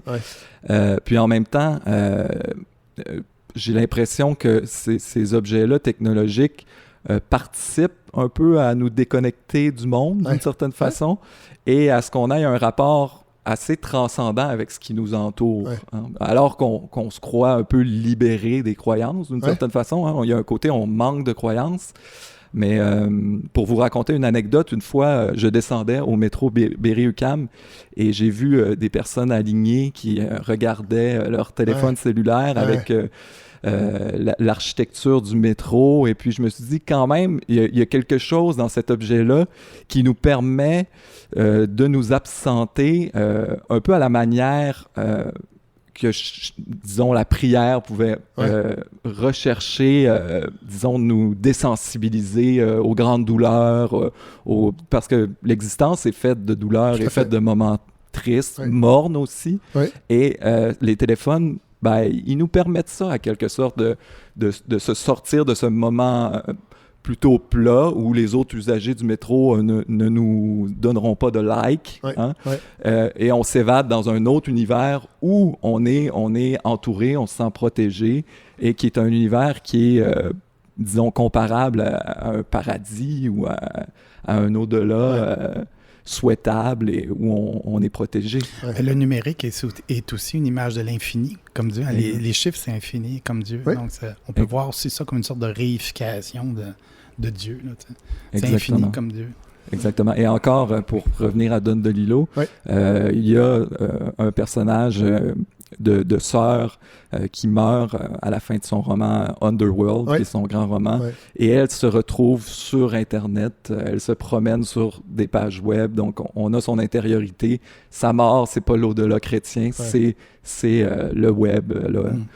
Alors, j'ai toujours trouvé qu'il y a une sorte de mystique là-dedans qui est plus ou moins assumée par ceux qui pratiquent. On va pas sur Internet en se disant on commet un acte religieux ou on doit être dans un état d'ablution pour aller sur Internet. Non, on se dit pas ça, mais en fin de compte, ça nous sert un petit peu de... Sans le savoir, parce que dans le fond, on est tellement... C'est tellement prenant, c'est quand même très engageant. Les médias sociaux, entre autres, les téléphones, et j'imagine qu'on n'est pas capable d'avoir cette réflexion-là, mais oui. Est-ce que la littérature permet justement d'avoir cette réflexion-là, de prendre un pas de recul par rapport à ces phénomènes-là? Ben, la littérature, je pense qu'elle permet d'un côté de dédramatiser un petit peu le jugement critique qu'on peut avoir. Tu sais, dans un essai, mettons, j'aurais écrit un essai là-dessus, j'aurais eu tendance à faire une critique, à juger cet état-là par rapport à ce que c'était avant. J'aurais peut-être pensé aux grandes crises de la religion catholique au 17e siècle. Mais là, en littérature, ce qui est intéressant, c'est que tout d'un coup, on peut juste le traiter avec humour, le traiter avec autodérision aussi, parce moi, je me sens inclus dans cette problématique-là. C'est pas un jugement porté de haut sur l'état d'une société dont je me sentirais exclu. Non, je suis les deux pas dedans. Et je pense qu'il y a un côté sympathique à lire un auteur qui a pas une grande distance avec la problématique qu'il aborde. La littérature est vraiment dans le vécu. C'est ça le côté moins intellectuel, disons, et plus sensuel. C'est que ça nous permet de le vivre, cette aventure-là. Jusqu'à quel point l'actualité, parce que bon, la balado, l'actualité est souvent le point de départ des discussions. Jusqu'à quel point l'actualité, parce que dans vos deux recueils, j'ai remarqué, en tout cas, il y a des événements où il y a des trucs dans l'actualité qui vous ont sûrement inspiré. Jusqu'à quel point que c'est le cas? Est-ce que l'actualité est un moteur de création pour vous? Non, parce que ça prend trop de temps pour moi pour écrire. Là. Donc, s'il y a comme quelque chose, un thème dans l'actualité qui m'inspire, puis que je publie ma nouvelle comme 8 ans plus tard, mais c'est plus d'actualité. Oui, tout à fait. Mais je pense que... Puis ma façon de travailler aussi, c'est toujours d'aller comme plus à l'essentiel. Puis quand tu touches à l'essence d'un thème, ben il est toujours là, il est toujours présent. C'est comme l'amour, c'est encore dans l'actualité. Comme le désespoir, bon, tu t'énommes toutes. Là, fait que c'est toujours d'actualité. Peut-être que mes lectures changent. C'est peut-être qu'aujourd'hui, on ne lit plus telle nouvelle comme on pouvait la lire, il y a 10 ans. Là. Mais je ne peux pas dire que je suis vraiment comme branché sur l'actualité pour nourrir ma création littéraire. OK. Ben, c'est peut-être plus on va revenir, Michael Delisle, à votre recueil, mais Pierre-Marc Asselin, entre autres, la nouvelle 15 février 2039. Moi, en fait, j'ai vu un espèce de clin d'œil ou de coup de gueule à un certain nationalisme québécois actuel, parce que, dans le fond, dans cette nouvelle-là, la Révolution des Patriotes devient un espèce de parc d'attractions à la Westworld. En tout cas, c'est comme ça que j'ai compris, mais au pied du courant. Oui, c'est bien ça? Oui, c'est le parc des frères chasseurs qui s'appelle dans la nouvelle. Là. Mais ça se déroule au pied du courant. Donc, on reprend, si vous voulez, les grands moments de la rébellion des Patriotes. On est au bicentenaire en 2039. Oui, voilà. Et puis, ben, encore là, je voulais un peu parler de la distance qu'on a avec les faits réels. Puis toute la fiction qui s'est créée. Je parle beaucoup du film de Falardeau dans cette nouvelle-là. Je parle beaucoup aussi des images plus familiales, disons. Le personnage a toujours été filmé par sa mère. Donc, je voulais parler un peu de, justement, l'image, qu'est-ce que ça change dans notre compréhension de nous-mêmes, mais aussi de notre histoire, de notre rapport à nos ancêtres. On apprend même qu'une des seules victoires patriotes serait due à une illusion d'optique. Moi, j'ai bien ri quand j'ai vu ça. Ben, semble-t-il que c'est vrai. Hein? Explique un peu. Ben, en fait, c'est que la bataille de Saint-Denis, qui est la grande victoire des Patriotes, il y a des hommes qui sont arrivés d'un village voisin et qui avait des bâtons de clôture dans les mains. Ouais. Et les soldats anglais... Parce qu'il manquait d'armes. Il manquait d'armes, ils n'étaient pas armés. Et probablement qu'on pense aussi que les patriotes faisaient du bruit en frappant sur des objets. Et les Anglais ont pensé que c'était des fusils. Et là, ils ont dit, ils sont plus armés qu'on pensait. Et là, il y a eu la retraite des troupes de Gore. Et je pense que... dans cette nouvelle-là, vous avez raison qu'il y a une sorte de revirement de situation que j'essaie de créer parce que souvent, cette critique-là du rapport à l'histoire, on l'adresse aux plus jeunes, à leur sensibilité, tout ça. Ou leur manque de sensibilité. À l'histoire. Moi, j'ai voulu créer une sorte de retournement, de voir, par exemple, comment les nationalistes pourraient réagir si il y avait un personnage de couleur qui interprétait Papineau. Je m'en allais lire un petit extrait. Quant à la performance de Papineau, la journaliste mentionnait qu'un comédien noir offrait une sincère interprétation du chef des Patriotes. C'est un beau clin d'œil à toute cette réflexion-là aujourd'hui. Qui a droit de parler de qui? Je trouvais ça vraiment intéressant. Parlez-nous aussi de la nouvelle Incube. Qui est une étrange nouvelle, déstabilisante, mélange de misère humaine, mais en tout cas, je l'ai reçu comme ça en tant que lecteur, mélange de misère humaine parallèle avec le mouvement MeToo, et j'ai vu un hommage à Michel Tremblay dans des personnages fantomatiques, des femmes qui chantent du Dalida. Elle est déstabilisante, cette nouvelle-là. Je suis content d'entendre le mot déstabilisant. Mais en fait, oui, il y avait cette idée-là derrière la nouvelle de rendre une sorte d'hommage. Je vous l'ai dit d'entrée de jeu, je viens du Saguenay-Lac-Saint-Jean et je vois toutes sortes de personnages là-bas, dont beaucoup de femmes qui détiennent une culture, disons, qui vient de lointaine génération, qui a été conservée souvent par les traditions orales, par l'éducation, dont on entend très peu parler, qui est en train de se perdre aussi d'une certaine façon, parce que c'est pas, disons, on va avoir plus tendance à s'intéresser aux nouveaux arrivants, aux nouvelles cultures, au métissage culturel. Les racines québécoises, c'est pas ce qu'il y a de plus cool en ce moment à explorer. Moi, je trouvais ça beau, je trouvais ça riche, cette façon de parler, cette façon d'aborder le monde. Et j'ai choisi de prendre un personnage de femme qui habite la ville, qui est un peu déraciné, et qui retourne voir sa mère, ses tantes, et qui trouve une sorte de réconfort dans ce bassin culturel-là, même s'il y a quand même un regard assez cynique sur qu'est-ce que c'est devenu, qu'est-ce qui reste, parce qu'il y a toute la matérialité, le consumérisme qui s'est emparé un peu de cette culture-là. Donc, les dames, ils vont parler de qu'est-ce qu'ils ont acheté de nouveau. Ils vont avoir des téléphones, encore une fois. Donc, tout ce côté de relation qui est de relations plus traditionnelles, il y en a encore des traces dans ces femmes-là, entre autres. Et c'est ça, je trouvais que c'était un sujet d'importance qu'il fallait mettre de l'avant. Et le mot incube, c'est une sorte de démon qui est masculin qui agresse les femmes la nuit. Qui agresse les femmes la nuit. Donc, vous avez raison, quand vous faites le lien avec MeToo, il y avait cette préoccupation-là. D'abord, je suis un homme, puis là, j'écris sur un sujet très féminin. À la base, je pense que j'ai commencé à écrire cette nouvelle-là quand une collègue dans un séminaire m'a dit c'est impossible pour toi, qui est un homme, d'écrire un personnage féminin crédible. Ah ouais? Vous l'avez pris comme un défi? J'ai pris comme un défi. Je me suis dit, j'ai l'impression que je connais assez l'intériorité de certaines femmes, pas toutes les femmes, pour produire des personnages féminins crédibles, attachants, puis dire quelque chose sur la réalité de la féminité aujourd'hui. Mais après... Est-ce que ce débat-là, actuel, sur la capacité d'une personne d'écrire ou de créer ou d'imaginer le vécu de quelqu'un d'autre, est-ce que c'est quelque chose qui vous anime? Est-ce que c'est quelque chose qui vous interpelle en tant que créateur? Moi, je pense qu'en littérature, c'est vraiment l'endroit où je fais ce que je veux. Okay? Fait que je me fais pas ce problème. Je me pose pas... c'est pas vrai, je me pose pas ces questions-là, je me les pose, mais je fais vraiment ce que je veux quand j'écris. Puis je pense que ce que j'écris dans ce que j'écris, ça passe les questions que je me suis posées, même si c'est pas le thème, là. Fait que je pense que c'est vraiment une responsabilité pour l'écrivain d'être vigilant, d'être conscient, de réfléchir là-dessus, mais pas nécessairement obéir à ce que la morale actuelle dicte. Ouais.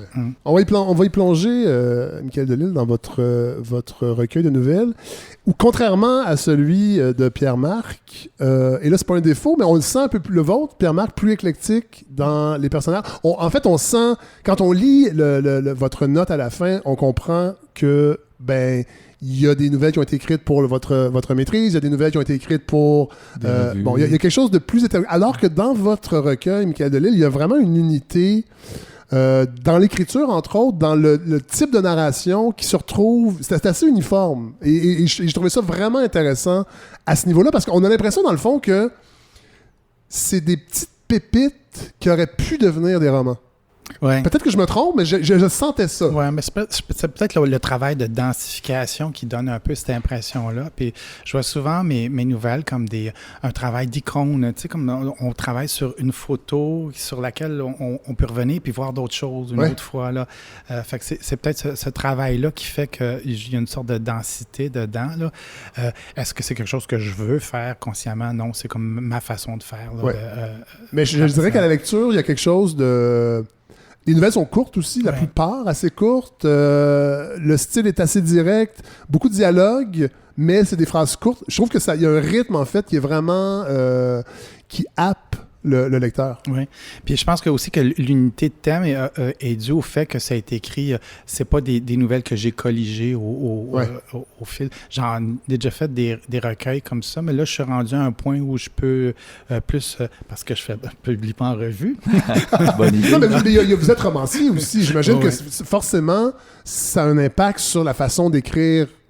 C'est bizarre. Est-ce que vous êtes capable d'écrire en silo? Je pense que c'est le contraire. Je pense que c'est l'écriture de nouvelles qui influence plus mes romans. Intéressant. Parce que mes romans sont souvent des suites de chapitres qui se tiennent en soi, autonomes, comme une suite de nouvelles. Fait que c'est vraiment, pour moi, la nouvelle, c'est vraiment comme...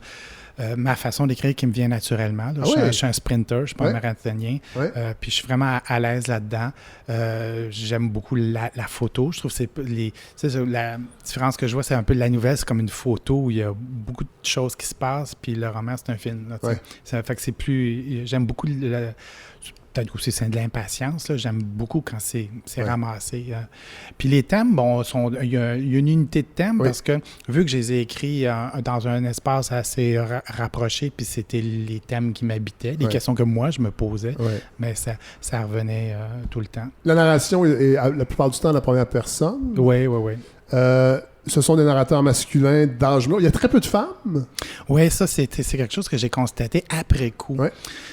Puis j'ai trouvé ça étonnant, mais je pense qu'en même temps, ça participe c'est des questions... Il n'y avait pas d'inquiétude politique à l'origine de ça. Là. C'est juste comme c'est des questions que je me posais avec des hommes avec certains problèmes. On va voir Louise Desjardins tantôt, alors c'est correct. Là. Il va y avoir des femmes dans l'épisode. Faut pas se sentir mal. Je l'aime beaucoup. Puis je pense que c'est des hommes qui ont des problèmes. Puis je pense qu'une partie des problèmes, je pense que leurs problèmes ont lieu dans des décors qui font en sorte que c'est exacerbé par le fait justement qu'il y a peu de femmes. Je le dis tout le temps. Mes romans de gars pourraient toujours s'écrouler si une femme qui rentrait dans la pièce puis disait arrêtez de niaiser. Fait que c'est vraiment des gars qui se content des histoires. Là. Puis je pense que l'absence du féminin contribue un petit peu à la folie furieuse intérieure de ces gars-là. Vous avez écrit un roman, Le feu de mon père, qui était autofictionnel, on peut dire ça? C'est un récit, on ne savait pas trop quoi écrire dessus, puis c'est un témoignage, c'est comme un journal. C'est le seul livre que j'ai fait où c'est pas de la fiction. OK. Et est-ce que, j'ai senti dans vos nouvelles qu'il y avait cette part-là encore, pas d'autofiction, mais il y avait quelque chose de très personnel. Évidemment, c'est toujours personnel, là, la littérature, mais... je le sentais plus dans votre livre que dans celui de Pierre-Marc. Ouais, mais moi, j'ai fait le feu de mon père pour aller voir dans l'autofiction ce que j'avais à apprendre de ça. Ouais. C'était un genre que j'aimais pas beaucoup. J'avais beaucoup de préjugés contre ça. Je trouvais ça paresseux. Oui. Je trouvais ça comme histoire. Il y en a eu beaucoup aussi. On a été inondés de ça. Oui, puis donc beaucoup de mauvais. Oui, forcément. J'ai dit quand même, bon, je vais arrêter. Je vais aller voir ce que j'ai à faire là-dedans, ce que j'ai à apprendre là-dedans. Puis je l'ai fait. Je ne le referai plus. Je l'ai fait une fois. C'est beaucoup de nudité publique. Hein, oui, il y a beaucoup de ça. Oui. Puis, mais ce que j'ai appris, ça a été quand même bon pour exercer ma franchise dans la narration, tu sais, parce que dans l'autofiction, bon, il y a une franchise obligée un peu. Fait que ça, je pense que je suis arrivé à l'intégrer dans ma fiction. Ceci dit, dans mon recueil de nouvelles, c'est sûr qu'on peut faire des liens. Puis c'est sûr que je le dis toujours, je suis un écrivain sans imagination. Fait que s'il y a quelque chose qui arrive dans mes livres, c'est probablement que je l'ai vécu ou que je l'ai vu, que j'en ai été témoin. Ouais. Bon. Ceci dit, j'ai jamais commis de meurtre, là. Non. Je pourrais être clair. Okay. La vieillesse, ça aussi, j'ai remarqué ça. La vieillesse et l'enfance se rejoignent souvent dans la même nouvelle. Oui. On dit souvent, c'est presque un lieu commun, qu'on retombe en enfance au temps de notre extrême vieillesse, mais vous démontez un peu l'image jovialiste qu'on peut parfois y rattacher, celle du vieillard sénile et joyeusement insouciant, puisque la vieillesse semble être une enfance sans avenir. Oui, bien, c'est sûr que, bon, quand je parle de vieillesse, le premier exemple que j'ai, c'est moi-même. Oui. Puis je pense que tous les écrivains, c'est des êtres qui ont gardé... bon, tu sais, on passe notre vie à s'asseoir devant une table et inventer un monde. Fait que c'est pas très mature, en quelque part. Là, il y a une sorte d'enfance qu'on a conservée. Là. Fait que c'est sûr que c'est encore présent dans les questions que les narrateurs se posent. Puis la première nouvelle, pas la première, mais il y a une nouvelle où c'est un prof qui tombe à la retraite. Oui. Je sais pas d'où c'est bien, qui essaie de retrouver le chalet de son enfance et qui, bon, au fil de ses recherches, se rend compte que c'était pas si merveilleux que ça. Et ça, c'était la première leçon qu'il apprend, c'est que oui, il va avoir une vieillesse, mais il n'y aura plus d'insouciance. On ne peut plus faire, en vieillissant, faire comme si on ne savait pas. Là. Mais c'est un petit peu un échec, ça, de retrouver le bonheur de l'enfance parce qu'on en sait trop pour rejouer ça à un certain âge. Contrairement à Pierre-Marc, vous avez peu de nouvelles dans le style, je dirais, peut-être plus classique, où il y a une chute à la fin. Souvent, ça se termine un peu comme ça, mais on sent moins l'idée de vouloir une chute ou un élément surprenant à la fin des nouvelles. La nouvelle, c'est un genre bizarre parce que je pense que c'est le genre littéral le plus réglementé. Oui, le plus codifié. Oui, c'est comme s'il faut que ça commence de telle façon, il faut que ça finisse de telle façon, il faut qu'il y ait une chute ou tu sais, comme l'ordre initial, l'ordre final. Moi aussi, j'étais à l'UQAM. C'est bon. Mais en même temps, bon, je pense qu'il faut les connaître, ces règles-là, puis à un moment donné, il faut faire ce qu'on veut aussi. Tout à fait. J'ai lu des nouvelles extraordinaires où la chute était comme au milieu, ou des nouvelles extraordinaires où il n'y avait pas. Tu sais, quand c'est bon, c'est bon. Oui, tout à fait. Mais c'est pas un souci en tant qu'auteur, ça, d'absolument... Avoir une chute, non. Je pense que c'est plus important avec les jokes.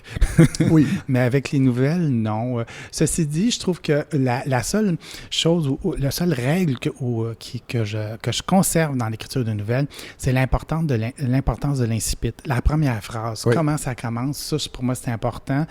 C'est important que quoi qu'il ait à la fin, il faut que ça réponde, ça fasse écho à ce qu'il y a eu au début. Là. Fait que ça, c'est le seul... comment ça commence, c'est vraiment comme la seule grosse question formelle que je me pose à tout coup. Mais les chutes, pour moi... c'est comme une sorte de règle, mais bon, on la connaît, on n'est pas obligé de la suivre. Voilà. Il y a une chose qui m'a frappé à la lecture de votre recueil, Michael Delisle. La sexualité semble souvent arriver par accident. Notamment dans Notre-Dame de la vie intérieure, une nouvelle déstabilisante aussi. Témoignage, même chose, la mort qui patine. Il n'y a pas beaucoup de désirs brûlants et je dirais même de sentiments. C'est éventuellement, les personnages ont une sexualité, couchent ensemble, mais c'est comme si c'était... Mais ça pourrait être une réponse à l'absence de ciel aussi. Oui. Mais je pense que... à l'absence de sacré. Oui. J'avais pas pensé, mais je pense en le disant, là, je pense que c'est aussi pour montrer que la réponse n'est pas là. C'est-à-dire? Elle n'est pas dans la sexualité. Ouais. Comme je te dis, ça pourrait être une façon d'accéder à l'extase, à une sorte de... on dit souvent, les kabbalistes disent toujours que l'orgasme est la prière du pauvre. Là. C'est bon, il y a une dimension de la sexualité qui pourrait bien remplacer la religion, mais la réponse n'est pas là pour moi. Fait que c'est pas...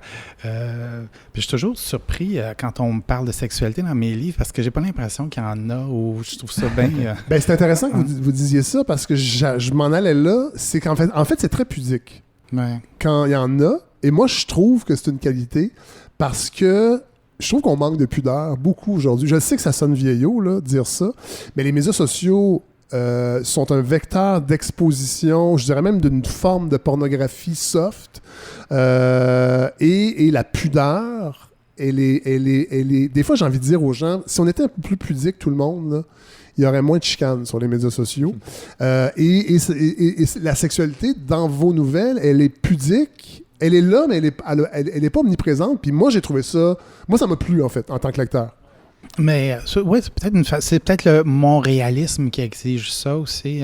Puis je trouve que la sexualité, c'est très lourd comme élément dans une narration. Si tu mets ça, c'est bien difficile que ça vole pas la vedette aux autres thèmes. Là, fait qu'il y a une question de dosage aussi. Je pense que si ça devenait explicite, ben là, ça serait une nouvelle où il y a juste ça. Là, comme bon, fait que c'est peut-être une question de dosage. Mais aussi. on est à une époque où il y en a beaucoup en littérature. Il y a beaucoup de premiers romans trash, où il y a beaucoup de... En tout cas, moi, je remarque, peut-être qu'on s'en va vers autre chose, mais dans les dernières années, je trouvais qu'il y en avait beaucoup. Puis j'ai trouvé... En tout cas, moi, je trouvais ça intéressant dans votre recueil qu'on ne soit pas là-dedans. Ben, on est rendu à 62 ans aussi. Oui, okay. Ouais, ça c'est vrai. Les exemples que j'avais en tête quand tu parlais, c'était des jeunes auteurs. Là. Oui. OK.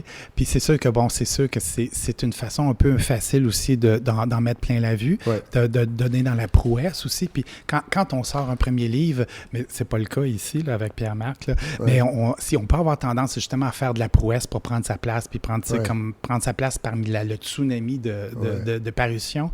Mais moi, disons que je suis... C'est pas un enjeu. Non, mais je suis pas là non plus. Puis comme je dis, ça servait pas du tout mon thème. Ça servait pas du tout mon thème.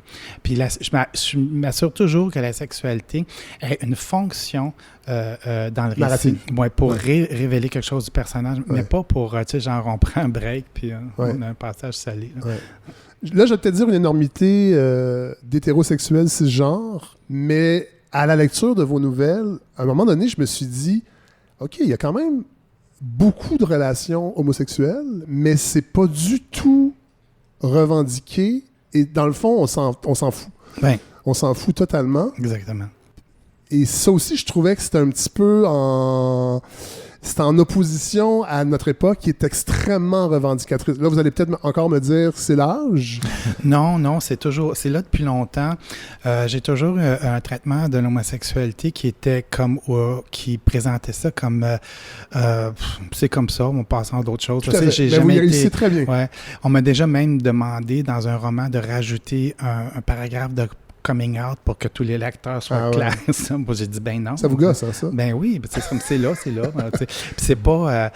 moi, je vois pas le problème là-dedans. Puis, comme je dis, c'est pas non plus pour faire la promotion de quoi que ce soit, c'est parce que ça sert vraiment la proposition narrative. Mais je trouve qu'encore mieux, c'est que ça existe, tout simplement, puis c'est là. C'est pas... Y a pas... dans le fond, ce que je veux montrer, c'est qu'il n'y a rien là. T'sais. Voilà. Mais vous réussissez très bien. Pierre-Marc, vous êtes au doctorat? Oui. Toujours en recherche et création? Effectivement, J'imagine qu'il y aura... un postdoc. Peut-être, mais en tout cas, il y aura quelque chose qu'on pourra lire. J'imagine qu'il y aura un prochain livre. Vous travaillez sur quoi? Là, en fait, j'ai un projet de roman graphique avec un peintre qui s'appelle Yannick Raymond. Ah oui? Je veux simplifier un peu mon travail. Vous aimez la peinture, hein? J'adore la peinture. Parce que ça transpire pas de bord en bord de votre recueil, mais il y a une nouvelle sur un peintre. Paul Rousseau, c'est un peintre réel, effectivement. Une nouvelle un peu triste en même temps? Qui est un peu triste. C'est un peintre que j'ai rencontré qui habite le quartier Mont-Royal et qui n'a jamais été connu. Donc, c'est un peintre qui n'a jamais exposé, mais dont l'appartement est tapissé de ses toiles et qui a fait l'école des beaux-arts, qui a étudié, qui a vraiment une démarche de recherche-création. Alors, nécessairement, quand je l'ai rencontré, ça m'a confronté à ce que je fais moi-même, de la recherche-création dans une institution. Et puis, je me suis demandé qu'est-ce que ça vaut, l'art, pour elle-même. Oui. Parce que dans son cas, c'est vraiment pour créer, parce que comme il n'y a jamais eu d'exposition, il n'y a personne qui est au courant. Il n'est pas présent sur le marché de l'art, parce que ça aussi, on a l'impression que c'est une mesure étalon. Est-ce que cet artiste-là vend ou non? Non, c'est ça, il ne vend pas. C'est ses toiles, c'est sa démarche personnelle. Il est en recherche pour lui-même. Mais il n'en a jamais fait une carrière, il n'en a jamais fait... lui, il a passé sa vie à voyager, ce qu'on voit un peu dans le livre, mais effectivement, je suis parti de ce personnage-là et j'en ai pas fait une autofiction, j'en ai fait une fiction. J'ai décidé de faire un personnage qui voyage un peu dans le temps, qui a des capacités un peu... Bon, c'était une façon un peu de rendre compte de sa façon de s'exprimer, parce que c'est un homme qui s'exprime sur plusieurs temps, sur plusieurs époques. Il est difficile à suivre, il est dans ses souvenirs. Donc, c'était une façon pour moi un peu de, par les outils de la fiction, rendre cette réalité-là sensible, rendre cet homme-là aussi, c'était comme une sorte d'hommage. Là, on le sent comme ça. Ouais, je trouve ça beau, qu'on puisse, justement, vous disiez, un peu ceux de ma génération, on publie un premier livre, on veut que ça soit un petit peu... tape à l'œil, entre guillemets, pour que les gens s'y intéressent. Mais lui, c'est tout le contraire. Puis quand je lis aussi Michael Delisle, je trouve qu'il y a une beauté dans cette voix-là assumée, qui ne cherche pas à plaire, qui ne cherche pas à prendre de la place, qui fait juste exposer une démarche complexe, belle, riche, mais on dirait qu'elle est là pour elle-même. Puis moi, c'est une sorte d'idéal en tant que jeune écrivain d'avoir ça. Je suis pas sûr que je l'ai vraiment dans mon recueil de nouvelles, parce que nécessairement, je suis jeune, puis je me suis permis un petit peu d'extravagance par moment. Mais j'avoue que mes grands modèles, ils sont mes modèles par une sorte de simplicité et stylistique. Et dans la réception, si on veut, il n'y a pas une volonté de devenir ou de paraître. C'est vraiment dans la création se suffit à elle-même. Puis dans Eliza, qui est une nouvelle qui se passe dans le Grand Nord, qui est un policier en poste, il y a un beau passage sur la peinture. C'est le personnage de Martin, qui est un photographe qui arrive avec des journalistes, qui lui est allé au Bénin, et dans un cours au cégep, il y a un de ses professeurs qui a montré une peinture de Jean-Paul Lemieux, puis lui, là, il s'était dit, je vais vous citer, qu'il allait au moins une fois dans sa vie photographier les étendues de blanc, mais le paysage ici n'a rien à voir avec un Lemieux, me dit-il, parce que l'œil s'épuise trop vite, et un œil épuisé perçoit le monde en riopelle. J'ai vraiment trouvé que c'est une phrase magnifique. Ben merci. C'est un peu de façon aussi de dire les grandes idées théoriques, quand on arrive dans la réalité concrète, sont difficiles à appliquer, sont difficiles... moi, je suis allé dans le Grand Nord, j'ai travaillé dans le Grand Nord, et je me suis rendu compte que, tu sais, quand on est ici, on regarde ça de loin, on a des idées, on a des idéaux, mais quand on arrive sur le terrain, c'est très difficile d'être efficace tout en gardant de concilier nos bons sentiments, notre bonne vision. Les idées théoriques sont belles pour ce qu'elles sont dans des livres, mais ne sont pas toujours efficaces. C'est correct comme ça, mais des fois, il faut en avoir conscience aussi. Je trouve que des fois, on met beaucoup d'énergie sur le point de vue théorique, par exemple dans l'utilisation des mots, mais on va au coin de la rue. Il y a des Inuits qui sont... Il y en a ici au coin de la rue. Donc, je me demande pourquoi il n'y a pas plus de gens qui vont au coin de la rue les rencontrer plutôt que de théoriser sur qu'est-ce qu'on devrait faire dans nos rapports aux Inuits. C'est un peu... Michael Delisle, vous travaillez sur quoi présentement? Un roman qui se passe dans un cégep. Ah oui? Oui. Je sais pas où j'ai pris l'idée. Et c'est sur les je dirais comme les aspects occultes de l'enseignement, sur ce qu'on passe, ce qu'on transmet sans s'en rendre compte, puis aussi sur le fait que l'enseignement, pour moi, en tout cas, c'est très physique. C'est pour ça que je suis parti au bon moment, parce que ça a commencé à se dématérialiser quand j'ai pris ma retraite à la pandémie. Donc, il y a aussi un aspect animal à l'enseignement. Tu sais, on est une bête devant un troupeau. Puis, il y a des âges où on commence à être la vieille arignale blessée devant les jeunes loups. Tu sais, il y a un côté, il y a des tensions occultes comme ça que ça m'intéresse d'explorer.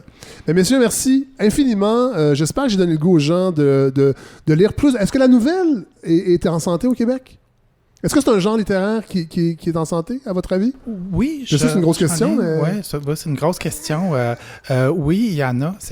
Il y en a un qui vient de sortir. Oui, il y en a deux qui viennent de sortir. Mais disons qu'il n'y a pas une aussi grande tradition de la nouvelle qu'aux États-Unis ou en Amérique du Sud, où les nouvellistes sont considérés comme des stars. Borges, Cortázar, c'est les grands écrivains argentins. Au Québec... c'est plutôt les romanciers, les romancières qu'on va... Romans historiques. Voilà. Donc, il n'y a pas cette tradition-là. Et dans la francophonie en général, je dirais, en France non plus, la nouvelle n'est pas... C'est vrai, les stars sont aux États-Unis dans la nouvelle. Ben, merci. Donc, on lit Pierre-Marc Asselin, Reliques profanes et Michael Delisle, Rien dans le ciel. Merci vraiment, messieurs. Merci. Merci à vous.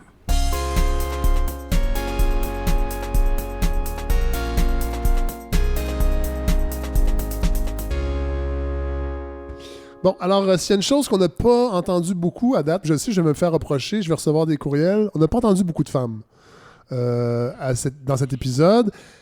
Puis les femmes et la Révolution tranquille, c'est quand même extrêmement important. On a glissé un peu plus tôt un petit mot avec les historiens Stéphane Savard et Martin Paquette. Mais là, on a une femme. Louise Desjardins, bonjour. Bonjour. Je vous ai annoncé tantôt, j'ai dit à Martin Paquette, attendez là, avant de parler du rapport des femmes et la Révolution tranquille, le rôle, parce que je savais que vous alliez être là. Et vous avez publié l'an dernier La fille de la famille. Oui. Qui couvre cette période de la Révolution tranquille, qui n'en parle pas directement, mais qui en parle énormément en même temps. Oui, parce que c'est vraiment l'histoire d'une fille qui devient femme pendant cette période-là et qui se rend compte que, ça prend beaucoup d'énergie pour prendre sa place. Oui. Mais là, attendez, on va suivre les étapes. Parce que moi, je vais faire une confession atroce. Je ne vous connaissais pas avant l'an dernier. C'est normal. Avant l'an dernier. Non, mais votre éditeur m'a dit, voyons, il faut que tu invites Louise Desjardins. C'est une écrivaine que tout le monde... Il paraît que tout le monde vous aime. Ah, je l'apprends. Non, mais vous avez pas eu un événement il n'y a pas si longtemps... c'est par Facebook, il y avait vraiment beaucoup de monde. Oui, c'était mon lancement par Facebook. C'était pas par sur Zoom. C'était sur Zoom. Ah, voilà. Interrogé par Jocelyne Saucier, qui est une amie. Oui. Et oui, c'était bien sympathique, oui. Alors, vous êtes, moi je vais dire poétesse, j'aime beaucoup ce mot, plus que poète. Vous êtes poétesse. Oui. Écrivain. Vous avez 12 recueils de poésie? Je sais pas, 2 ou 12, 13, je sais plus trop. Voilà. Oui. Vous êtes traductrice aussi? Oui. De poésie, essentiellement? Oui, seulement de poésie. C'est juste ça qui m'intéresse. Dans la traduction? Dans la traduction, parce que c'est... Non, parce que c'est rentré dans l'univers, dans l'imaginaire de quelqu'un. C'est extraordinaire. Ouais. Vous êtes traductrice. Vous êtes biographe? Bon, j'ai fait une biographie. J'en ferai pas d'autres.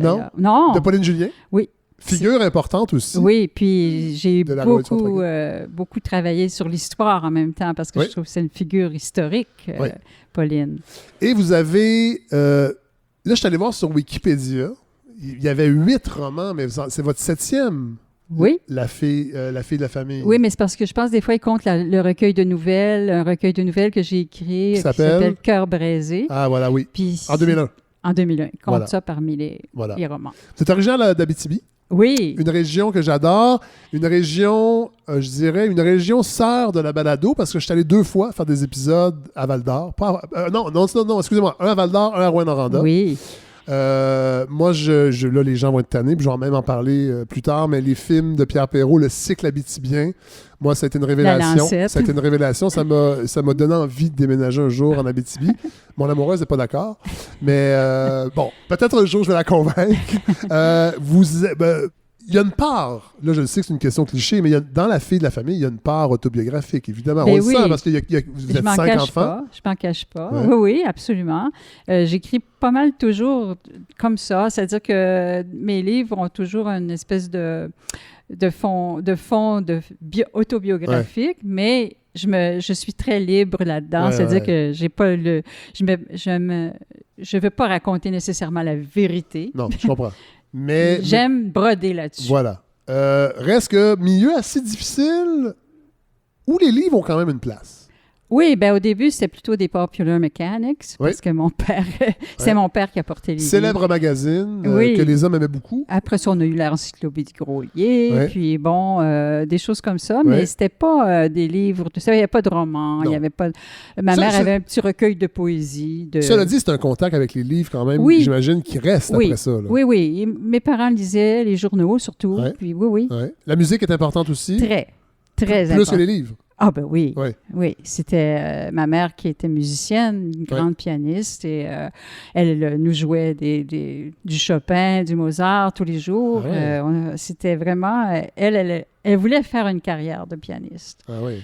Mais à l'époque, c'était pas possible. En fait, peut-être pour certaines personnes dans une classe un peu plus aisée, Quand tu restes à Rouyn-Noranda ou à Ville-Marie à cette époque-là, c'est rare. Non, vous n'avez pas accès au conservatoire, il faut quitter la ville. C'est très loin, c'est très rare. Ouais. Bon, la structure du livre, j'ai lu dans une entrevue que vous l'aviez... Ça n'a pas été facile. Non. Parce que ce sont de courts chapitres où la temporalité varie. Oui. Il y a des sauts dans le passé, dans des époques différentes. Oui, parce que je trouvais que c'est ça ça représente beaucoup comment fonctionne la mémoire. En tout cas, surtout à mon âge, où on a comme un assez grand passé. Oui. C'est rare qu'on pense seulement en fonction du passé. On chevauche beaucoup. La mémoire fonctionne par aller-retour. C'est toujours un événement présent qui nous ramène au passé. Et j'ai voulu créer cette espèce de dynamique-là pour...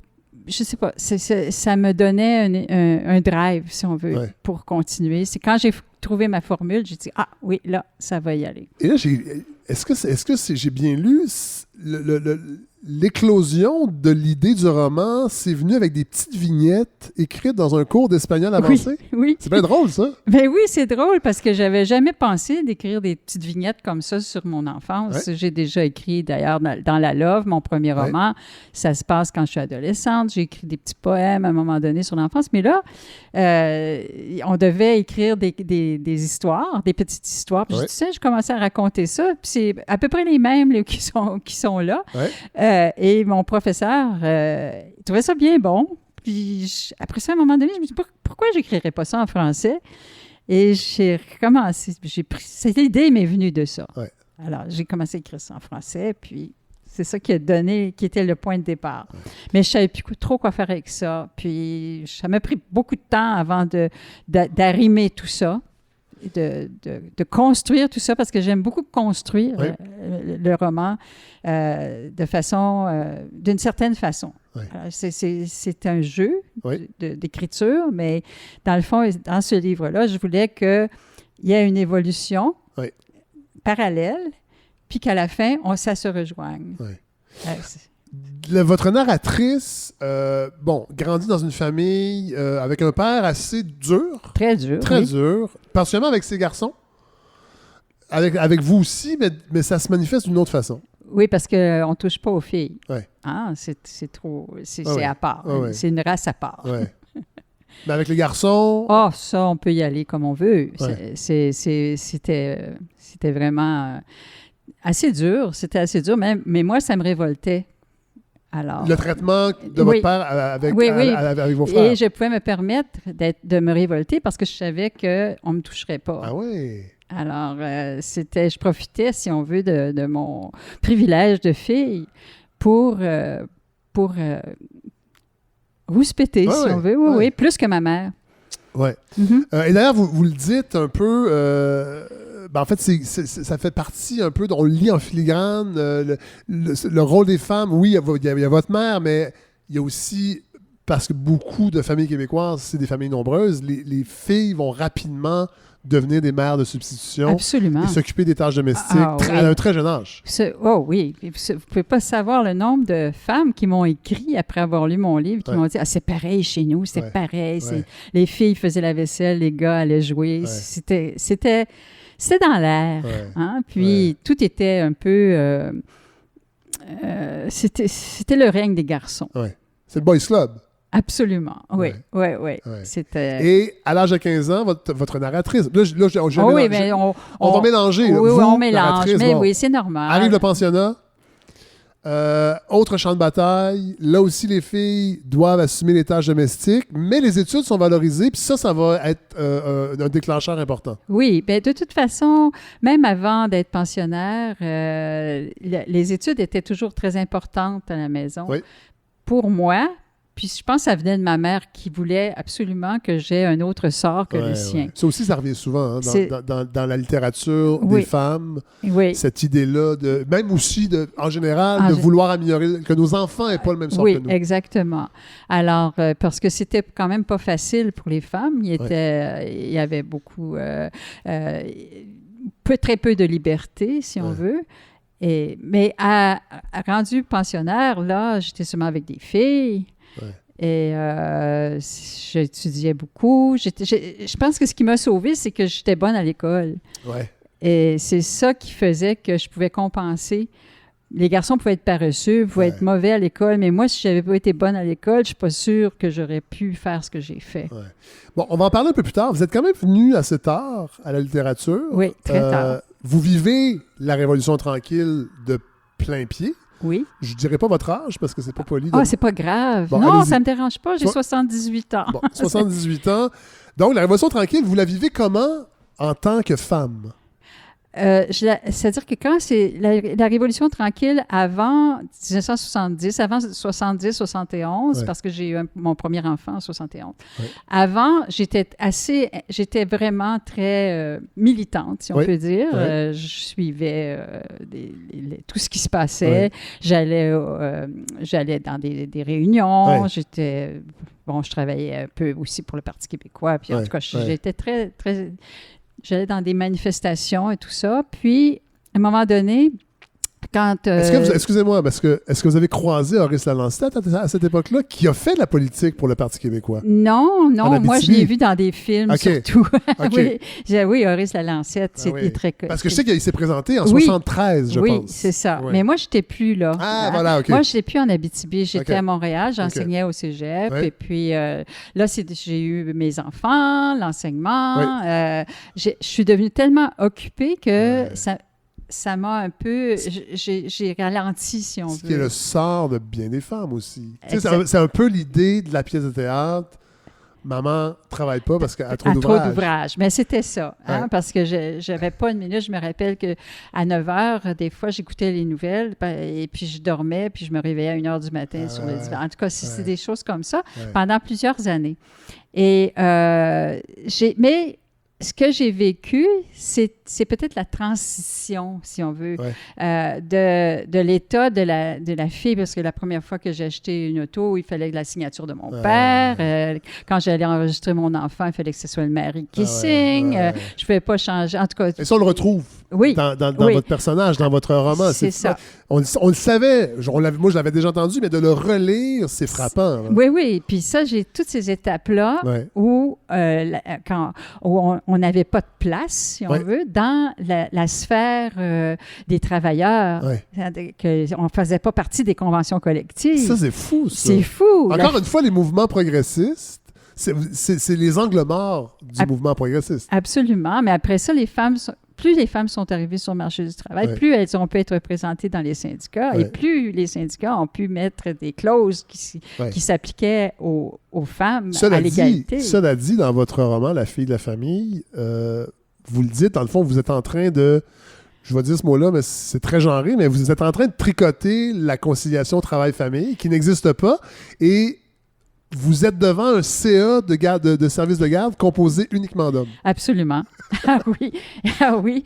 Et des hommes qui sont devenus des hommes politiques après, très connus et tout ça, mais qui faisaient partie des groupes de lutte en lutte et tout ça.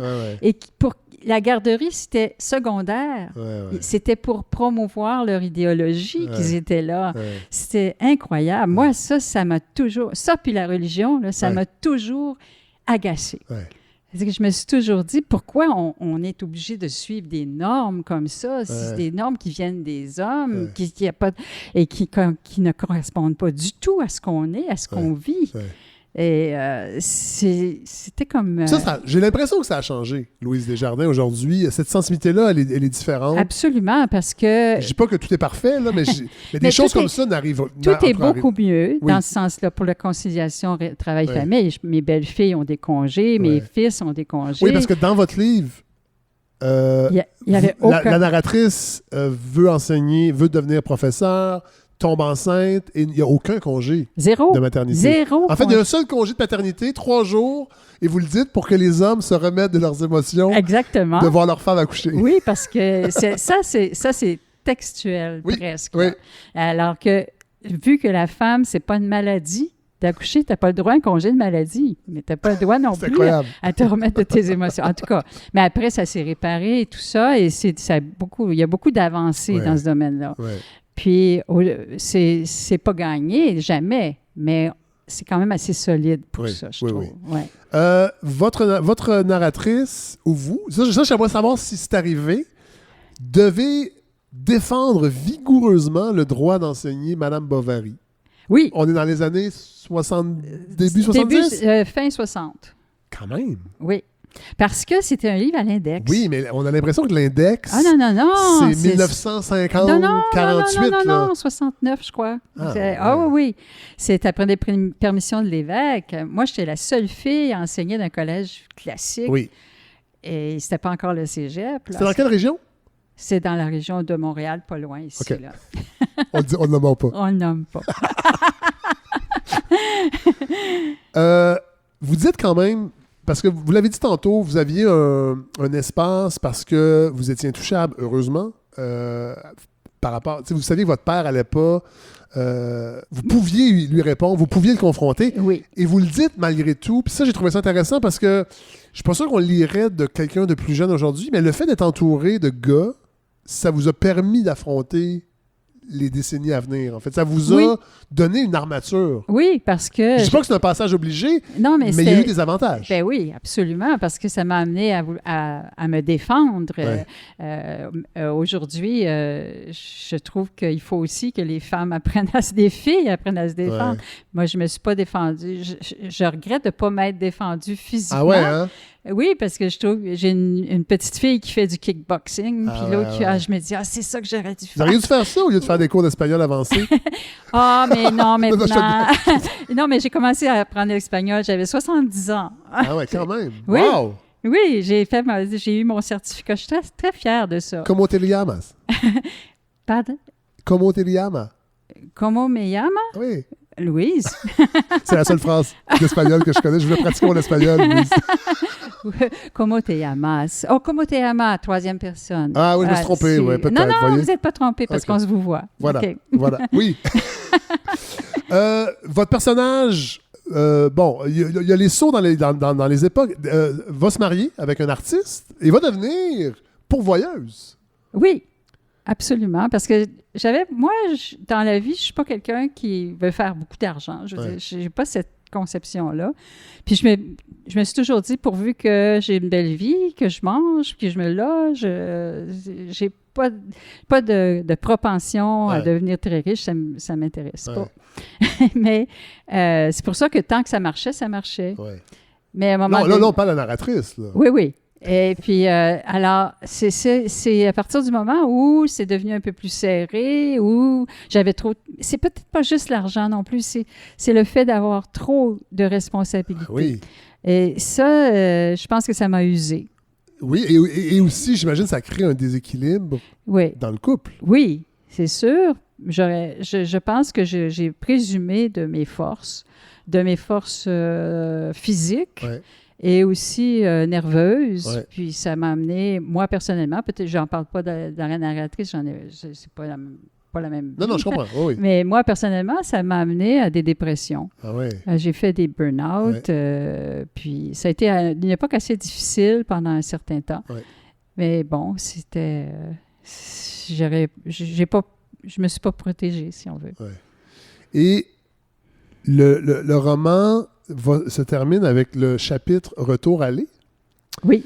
Qui est un jeu de mots avec aller-retour. Aller-retour. Oui, parce que c'est pas... Il y a un renouveau. En fait, le personnage divorcé décide d'aller faire un voyage. Et vous avez fait ce voyage-là. Oui. Et vous avez 38 ans? Oui. À peu près, c'est au début des années 80? Oui. Et c'est un voyage important. Oui, c'est très, très dur physiquement. C'est comme j'avais besoin de... Vous partez en Inde? Au Népal, voilà. Au Népal, oui. toute seule, avec mon sac à dos. Je l'ai fait, je pense que ça avait besoin de me prouver à moi-même que j'étais capable de faire quelque chose. Ah oui? Oui, j'étais anéantie. Ouais. Alors, je ne sais pas par quelle sorte de hasard c'est arrivé que je puisse faire ça. Et c'est vraiment la chose qui m'a fait renaître, qui m'a fait vivre. Je suis pas sûre que je vivrais si j'avais à ce point-là? Ah oui. Oui. J'étais vraiment découragée. Ouais. C'est drôle parce que tantôt, on en parlait avec les historiens, avec le livre sur la Révolution tranquille, mais eux datent la fin de la Révolution tranquille en 1983. Oui. Et vous, c'est votre révolution aussi. Oui. Je lance ça, mais... Oui, exactement. Ouais. À partir du moment où j'ai publié, où je suis devenue ce que je voulais être, dans le fond, j'ai toujours voulu écrire, j'ai toujours voulu faire ça, mais je me le permettais pas, puis je m'organisais, on dirait, pas le pouvoir. Parce que je l'ai lu quelque part, vous le dites dans votre livre, c'est que votre père, entre autres, vous dénigrait constamment sur vos initiatives, vos opinions. Oui. Jamais, par exemple, il m'a félicité d'avoir fait quelque chose, d'avoir lu, même j'avais des bonnes notes à l'école des fois, puis il disait, mais t'aurais pu avoir plus. Des choses. Est-ce que t'es comme ça avec les garçons aussi? Non, non, pas du tout. Quand il était le temps qu'ils aillent à l'université, ils ne voulaient pas y aller. Puis mon père les suppliait, allez-y, je vais tout payer. Alors que moi, c'était, si tu veux y aller, paye. Ah ouais, c'est incroyable. Ah oui, mais c'était comme dans l'air, ça. Là. Tu vas te marier, ton mari va te faire vivre, puis tu n'as pas besoin de gagner ta vie. Puis, alors que ça a été l'inverse. Ben oui. Donc, 83... Vous publiez... Là, on sort du roman parce que... Mais cela dit, ça se trouve dans le roman parce que la narratrice... Oui, elle commence à écrire. Voilà. Oui. Vous publiez Rouge Chaude? Oui, et Journal du Népal. Voilà. Et là, après ça, vous dites... vous revenez, et là, c'est le début des années 80. Vous allez danser au Café Campus. Oui. Sur Côte-des-Neiges. Oui. À l'époque, parce que maintenant, il est sur Prince Arthur. Et là, vous lisez Francine Noël. Oui. Et là, je veux qu'on parle des écrivaines québécoises de cette époque-là. Parce qu'on... C'était très important. C'est ça, puis on l'oublie, ça. C'était très important. France Théoret. Ouais. Moi, là, quand j'ai lu « Nous parlerons comme on écrit » de France Théoret, j'ai dit « Ah, on peut dire ça, on peut écrire ça. » Nicole Brossard, Denise Desautels. J'étais amie Yolande aussi... Villemer. Ah, oui, Yolande aussi. J'étais amie aussi avec Élise Turcotte. On a écrit des choses ensemble, La Catastrophe. Ça bourdonnait, là. Ouais. Ça bourdonnait. Et ça, je trouve ça important parce que moi, c'est une réflexion qui m'habite de plus en plus. Puis j'en ai parlé avec Jean-Marc Limoges. Les livres disparus, les livres québécois qui disparaissent de notre imaginaire, de notre patrimoine collectif, qui sont plus réédités. On parle beaucoup, il y a des livres d'hommes, évidemment, mais tu sais, des années 15, 20, 30, 40. Et je trouve que Là, c'est peut-être plus le cas aujourd'hui parce qu'il y a un foisonnement de publications, mais ces auteurs-là ou ces autrices-là, ils sont encore... Évidemment, les livres sont disponibles, mais il y en a plein qui sont disparus. Absolument. Il faut quand même leur rappeler de l'importance que ça a eu pour les... Mais même avant ça, je sais pas, quand j'étais plus jeune, puis que je lisais Marie-Claire Blais, Anne Hébert, c'était quand même incroyable lire des choses, des histoires de Marie-Claire Blais, d'Anne Hébert, des histoires sordides. On peut écrire ça, ça se fait. C'est comme... ces femmes-là nous ont donné comme une permission. Claire Martin aussi, on n'en parle plus. Même avant, Jovette Marchessault. Jovette Marchessault, mais je parlais de Jovette Bernier.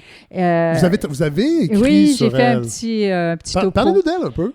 Ah, c'était très important, Jovette Bernier. Quand j'étais plus jeune, ma mère écoutait « Je vous ai tant aimé ». Je pense qu'elle écrivait pour la radio. Un radio-roman? Oui, c'était un radio-roman. Tous les jours, on écoutait ça. Il y avait beaucoup d'auteurs de radio-romans qui étaient des femmes. Oui. Et il y avait... Elle voulait faire une carrière. Elle écrivait de la poésie, écrivait des romans, mais... Elle est passée dans l'oubli. C'est étonnant. Là, je sais que c'est cliché de dire ça, mais notre devise, je me souviens, je trouve qu'en littérature, entre autres, elle est... C'est pas vrai. C'est faux, c'est totalement faux. Oui, absolument. Ouais. Mais ça s'explique par le fait que toute j'allais peut-être dire l'oligarchie littéraire, c'était des hommes. Il n'y avait pas de Je pense que c'est le bon mot. Si c'est le mot qui sortait, c'est le bon mot. Oligarchie. Non, mais c'était le domaine des hommes.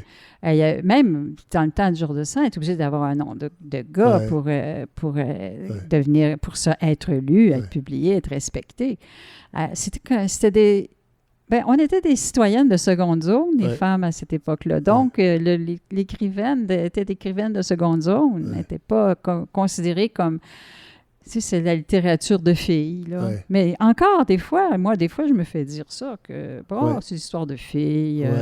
Comme si c'était pas intéressant du fait que ce soit une histoire de filles. Mais avez-vous l'impression quand même que c'est une littérature différente? Oui, je pense que oui, parce que je pense que les femmes, dans leurs écrits, parle plus de la vie courante, de la vie quotidienne, des choses que tout le monde vit, mais les femmes peut-être de façon plus importante. Ouais. Puis moi, j'ai une écrivaine française, Annie Ernaux, qui est pour moi une espèce de phare. J'ai tout lu ce qu'elle a écrit, et puis elle, c'est une des premières femmes à devenir si importante avec son écriture de fille. Ouais. Personne ne la conteste maintenant. Ça, c'est une avancée, ça. Ouais. Avez-vous l'impression que vous avez influencé est-ce que vous avez joué le même rôle que les Nicole Brossard et les Denise Desautels ont joué pour vous? Je sais pas, parce que j'ai beaucoup travaillé quand j'étais surtout en Abitibi, puis aussi à Montréal pour l'UNEC. Mais je sais pas, j'ai travaillé dans des associations, j'ai organisé des lectures, j'ai fait des choses comme ça, mais je ne sais pas si mon écriture comme telle, je sais pas, je pense que vous êtes peut-être encore trop jeune pour avoir une opinion sur votre legs. Je sais pas. C'est une question que je me pose pas. Ouais, non, je comprends. C'est mon travail, moi. Moi, j'écris... je pense que j'écris pour tout le monde. Ouais. Pas nécessairement pour les écrivains. Je comprends. Mais je sais qu'il y a des écrivains... Peut-être que les écrivains ne sont pas des très bons lecteurs aussi. Ah, je sais pas. Moi, je lis comme une écrivaine. C'est-à-dire que je viens de finir de lire Filles sans fusil de Paul Baillargeon. Là, je lis ça, puis elle a fait ça comme ça, elle a fait ça comme ça. Regardons, elle a pris ses petites... Je regarde comment c'est fait. Louise Desjardins, merci beaucoup de m'avoir accordé ce moment-là, d'avoir accepté de venir me parler de votre livre, La fille de la famille. J'avais envie aussi... Là, il y a des gens qui vont peut-être dire « Ah, vous auriez dû avoir la parité, la révolution tranquille. » Bon, des fois, c'est pas possible, mais je tenais à avoir une voix féminine, puis c'est vous qui l'avez incarnée. Merci beaucoup. Merci.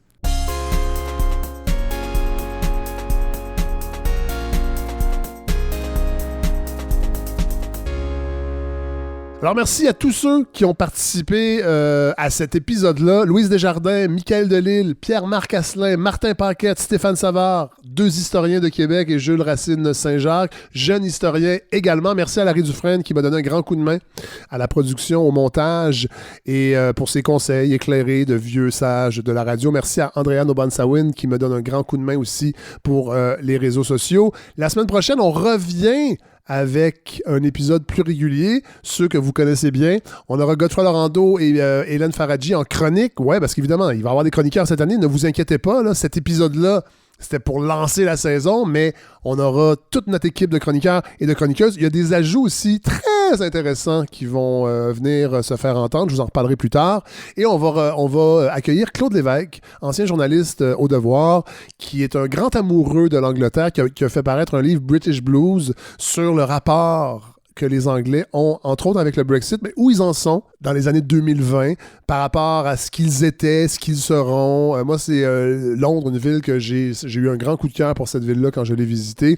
Et vous allez voir, c'est vraiment intéressant. On sous-estime beaucoup la part britannique qui est conservée dans notre façon de vivre, et on va se plonger dans ce livre-là avec Claude Lévesque. Donc, c'est la semaine prochaine. Bonne semaine tout le monde, faites attention à vous et on se parle très bientôt.